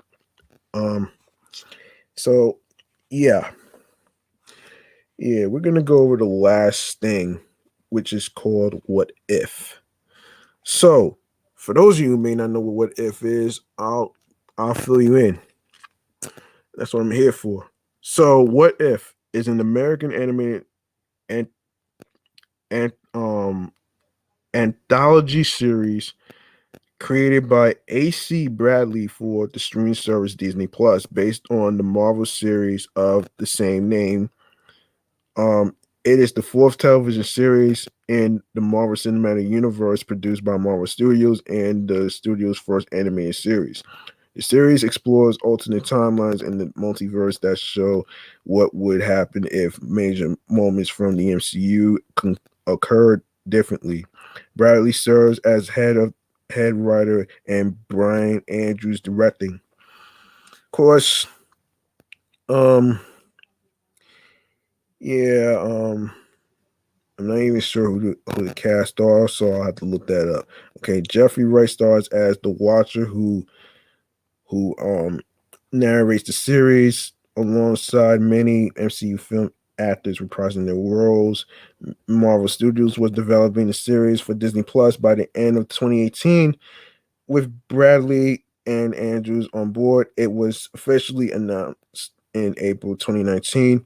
Marvel Studios head of the visual department, Ryan um, Meandering, helped define the series' cel shaded animation style, which was designed to reflect the films and take inspiration from the classic American illustrators. Animation for the first season is provided by Blue Spirit, Squeeze, Flying Bark Productions, and Stella Creative Lab, and Steven Frank as head of animation. The first of What If premiered on August 11, 2021, and ran for 9 episodes until August 6th. It is part of Phase 4 of the MCU. A second 9 episode season is expected to premiere as early as 2022. The series has received generally positive reviews with praise for the voice acting and creative storylines and scenarios, but some criticism of its animation, episode length, and writing. So the premise goes like this: following the creation of the multiverse in Loki's first season finale, What If explores the various alternate timelines of the multiverse in which major moments from the Marvel Cinematic Universe films occurs differently. Um, of course, of course, um, the cast and characters is Jeffrey Wright as Watcher. Of course, there's Samuel L. Jackson as Nick Fury, Chadwick Boseman, SIP as Star Lord T'Challa, Black Panther. Of course, there's Mick Wingert as Tony Stark / Iron Man. Guest Haley Atwell as Peggy Carter, Captain Carter. Sebastian Stan as James Bucky Barnes. Dominic Cooper as Howard Stark. Stanley Tucci as Abraham Erskine, Toby Jones as Arnon Zola, Bradley Whitford as John Flynn, Ross Mark Quinn as Johann Schmidt, Red Skull, Ultron, and Sub Ultron Sentries, Daryl Hammond as a Nazi general, Josh Keaton as Skinny Steve Rogers, damn, Hydra Stomper, and Steve Rogers, Captain America. Jeremy Renner as Clint Barton, Hawkeye. Neil McDonald as Dum Dum. Dum Dum Dugan. Oh man. Michael Rooker as Udunda. Josh Brolin as Thanos. Benicio del Toro as Lear Teven, the Collector.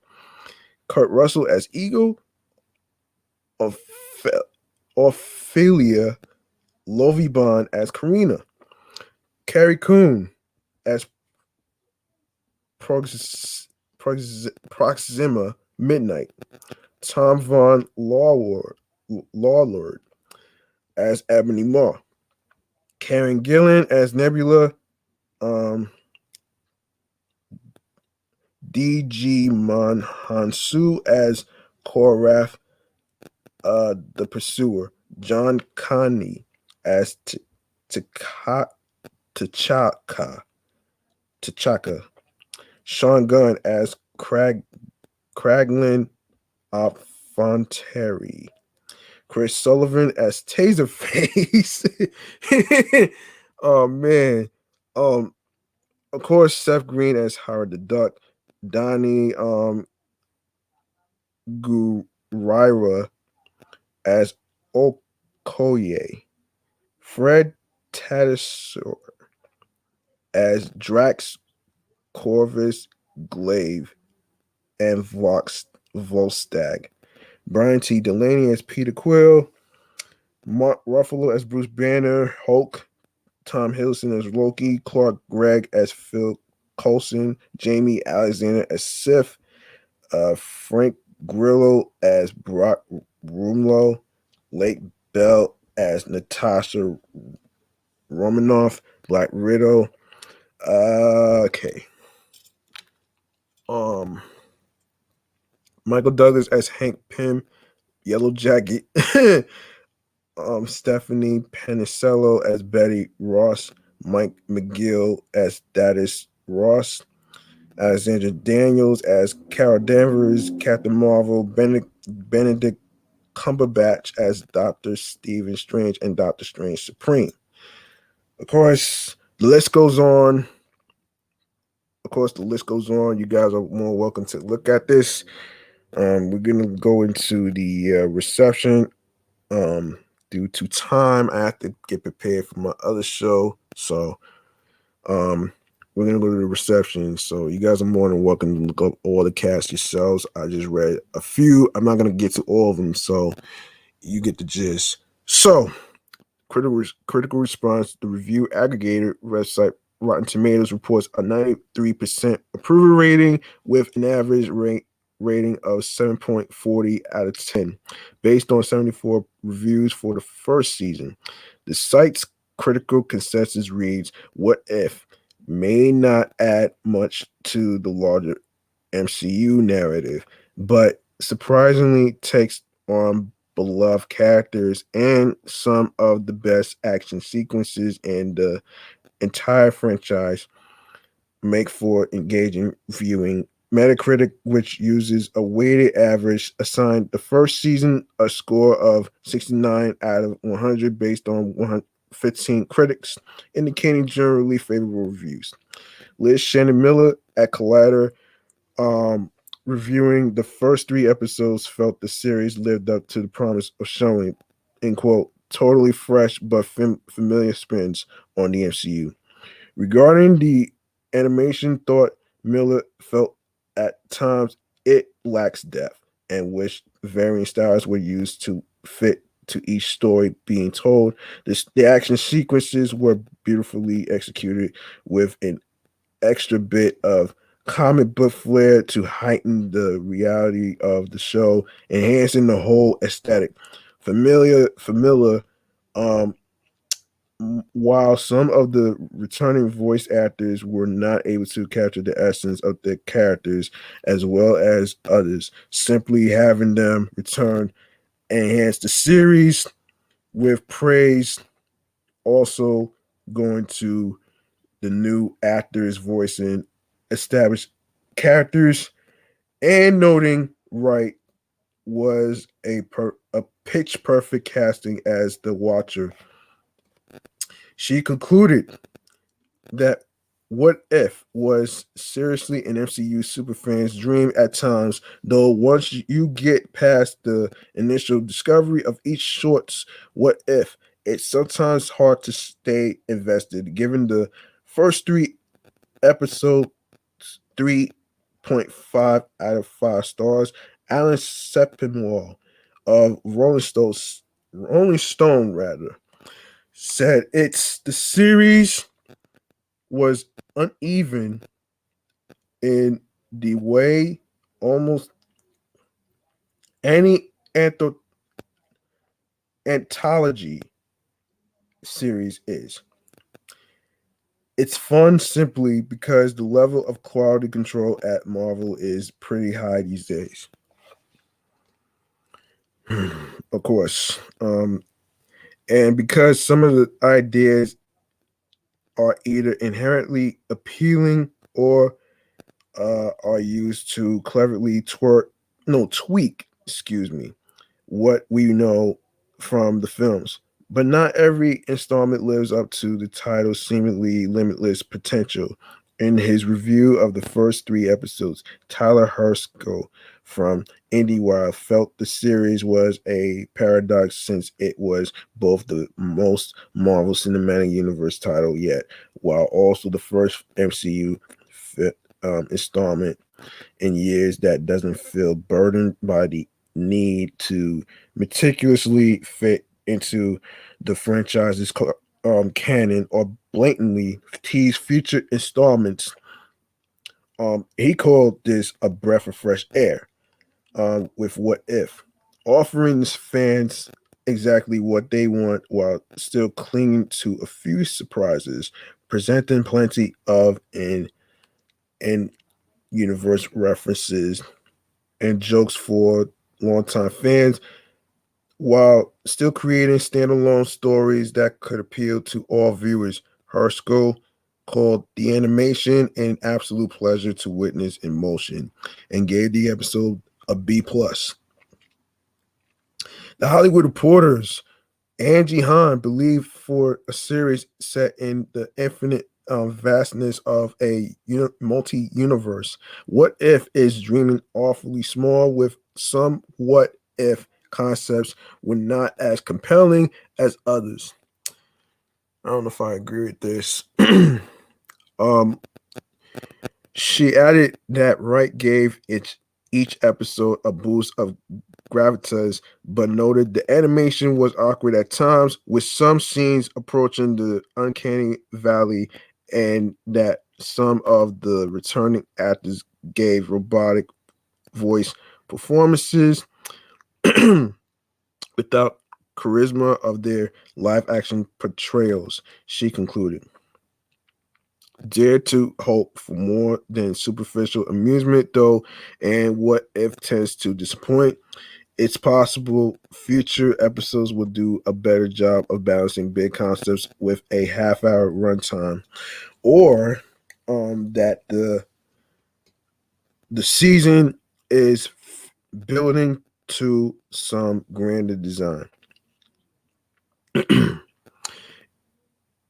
If that's the case, What If is taking its sweet time showing what it can do.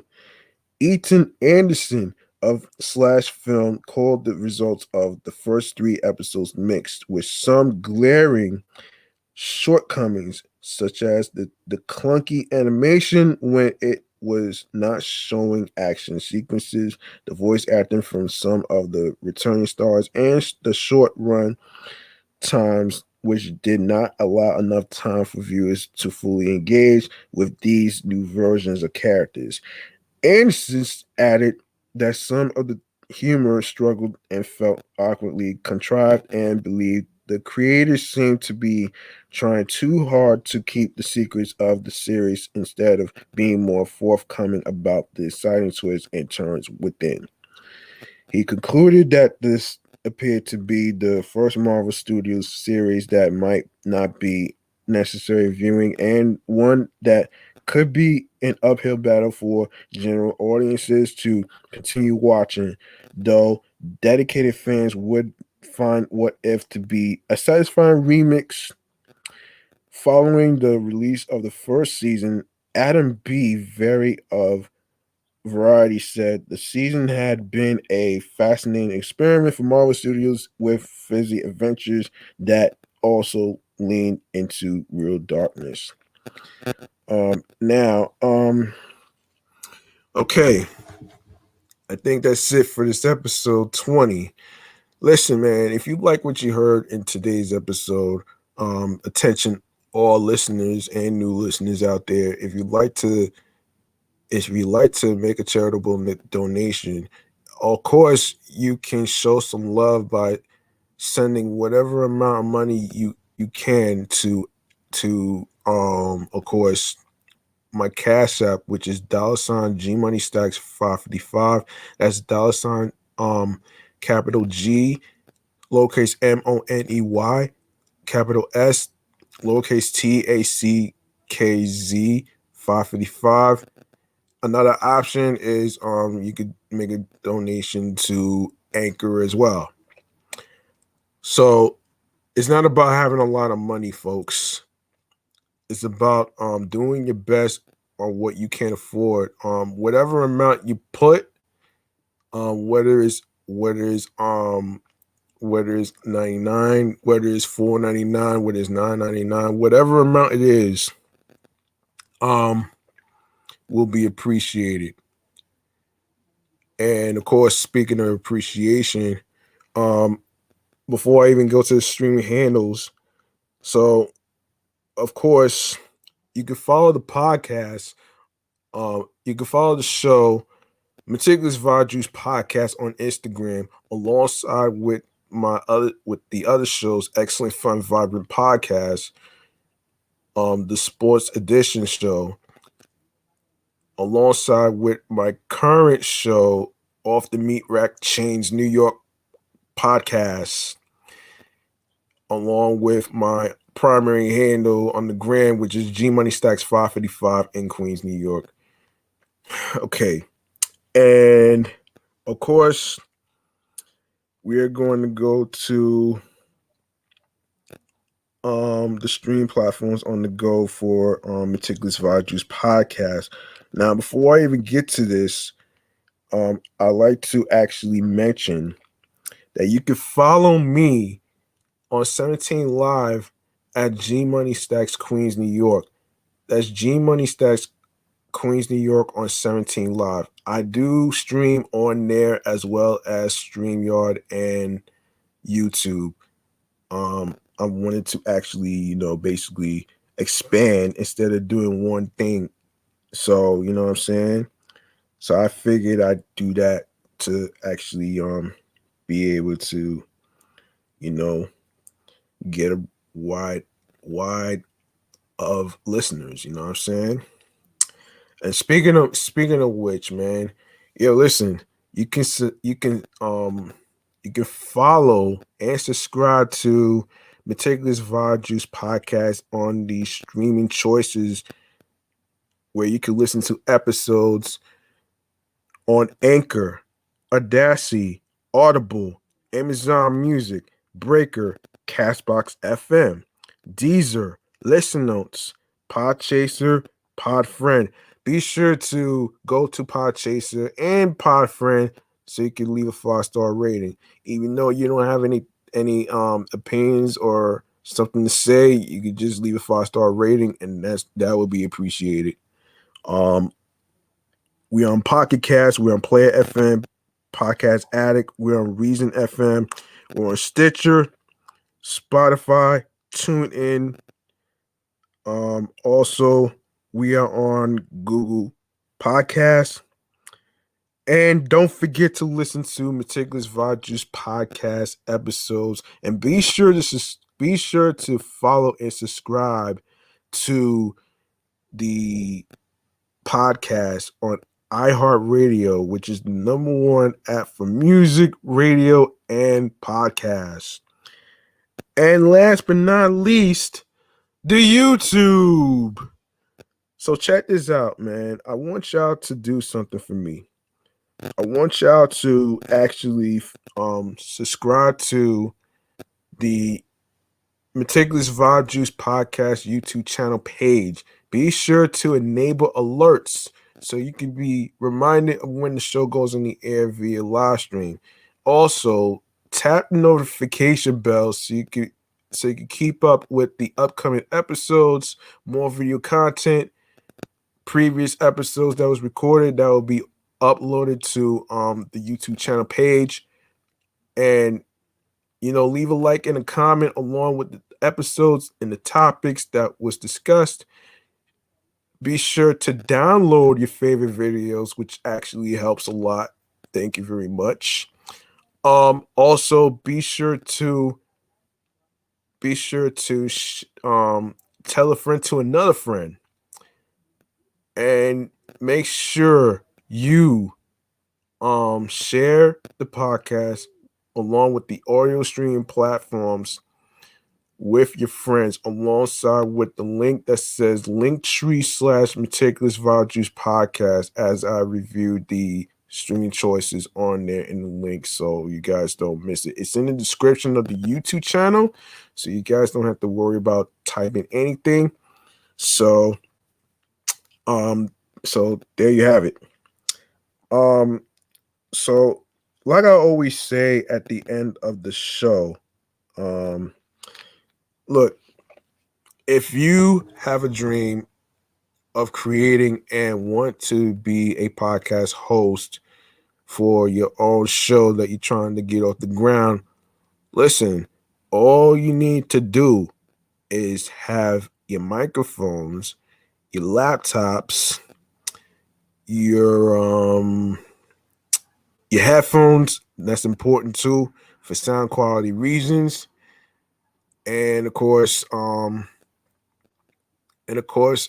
you don't necessarily need a fancy, expensive recording studio to actually do that, because here's the thing about that though, man. I've seen people record their podcasts from their cribs and garages, whatever, because they feel that it's very expensive in New York to actually do this, which is $253 and up to actually do that. Because then a lot of cats don't really understand that you got to pay producers and engineers, because they're in charge of the sound and everything behind the scenes.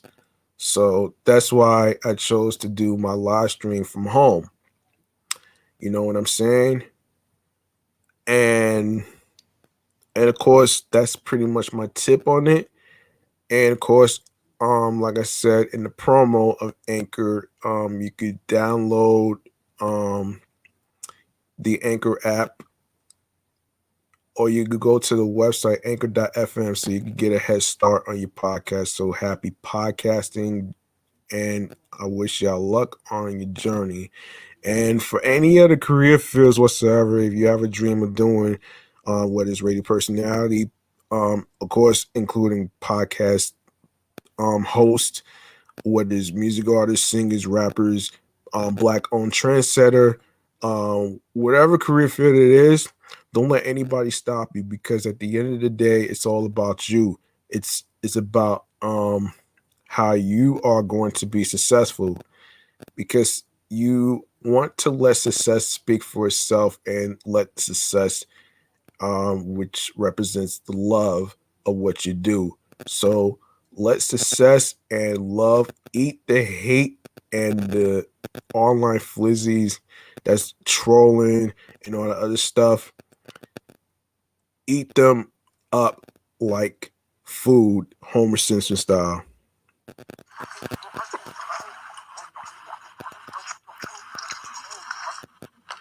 Also, be sure to reach out to your loved ones, especially your husbands, your wives, your girlfriends, your boyfriends, your friends. And I say that because recently we had a holiday called National World Mental Health Day, which I will do an episode about that in my other primary show, which is number one, reaching a 1 year anniversary, which is going to be in very soon. Not for this show, but my other show, Off the Meat Rack Chains New York podcast, which is going to be very, very, very special and epic. So stay tuned for that one. Um that person could those individuals could be fine on the outside, but on the inside, they might be going through something traumatic, something scary, or whatever, where it's family drama, bad hair days, um, in the rain or whatever. Um, also, there is no good time to reach out to somebody. It's all about following your your heart, your soul, your logic, and your instincts. Because at the end of the day, the fact of the matter is, in reality, is that common sense is not always common. You know what I'm saying? And you don't need to wait every year for May to reach out to somebody, even if it's mental health awareness month. It doesn't. You don't have to wait that long. I mean, it's 365 days in a year, right? You can reach out to them anytime you want. Because once you take a risk, you get rewards. You know what I mean? And they will appreciate you for trying to reach out and being, a little empathetic and stuff like that. You know what I'm saying? Even though it's hard for you to relate to their stories and stuff like that, but that doesn't mean you can't really be there for that person. So that's pretty much my take on it. Um, so thank you very much for listening to episode 20 of Meticulous Vibe Juice podcast, which we reviewed Marvel Comics in regards to Shang-Chi, the Deadpool movies, um, the What If, and the Falcon and Winter Soldier. Overall, the Deadpool movies, those are classic movies. That's fire. Um, and also, yeah, and also Shang-Chi, which I will try to take a look at the movie actually. I know it's been pretty good actually, and it's like and it's funny that it basically beat other movies in the Labor Day weekend release. So that's pretty impressive right there. Anyway, man, I hope you guys enjoyed the show. Thank you very much. As I prepare for my other show, Off the Meat Rat Chains New York podcast, episode 71. Hopefully I'll be able to record tonight before anything happens. So I'm G Money Stacks. Thank you very much for listening and tuning in and rocking with me. I hope you guys enjoyed the show, and I really appreciate every single person from outside the U.S., outside the USA, and state to state. I didn't forget you guys. I really appreciate you guys. Of course, the 5 boroughs of New York, along with Long Island, aka Strong Island. I appreciate you, man. It really means a lot to me that you guys took the time to actually listen to the show episodes and stuff. And also, one more thing. When you are creating a podcast, it's not about being perfect, and it's not about pleasing the audiences and the listeners and stuff like that. Podcasting is basically about your thoughts on what you think about the topics. Think of podcasting as therapy. Therapy meets vlogging. Vlogging meets journaling. You know what I'm saying? What do podcasting and vlogging alongside with journaling of goes under which category, you ask? Therapy. That's where it goes, under therapy.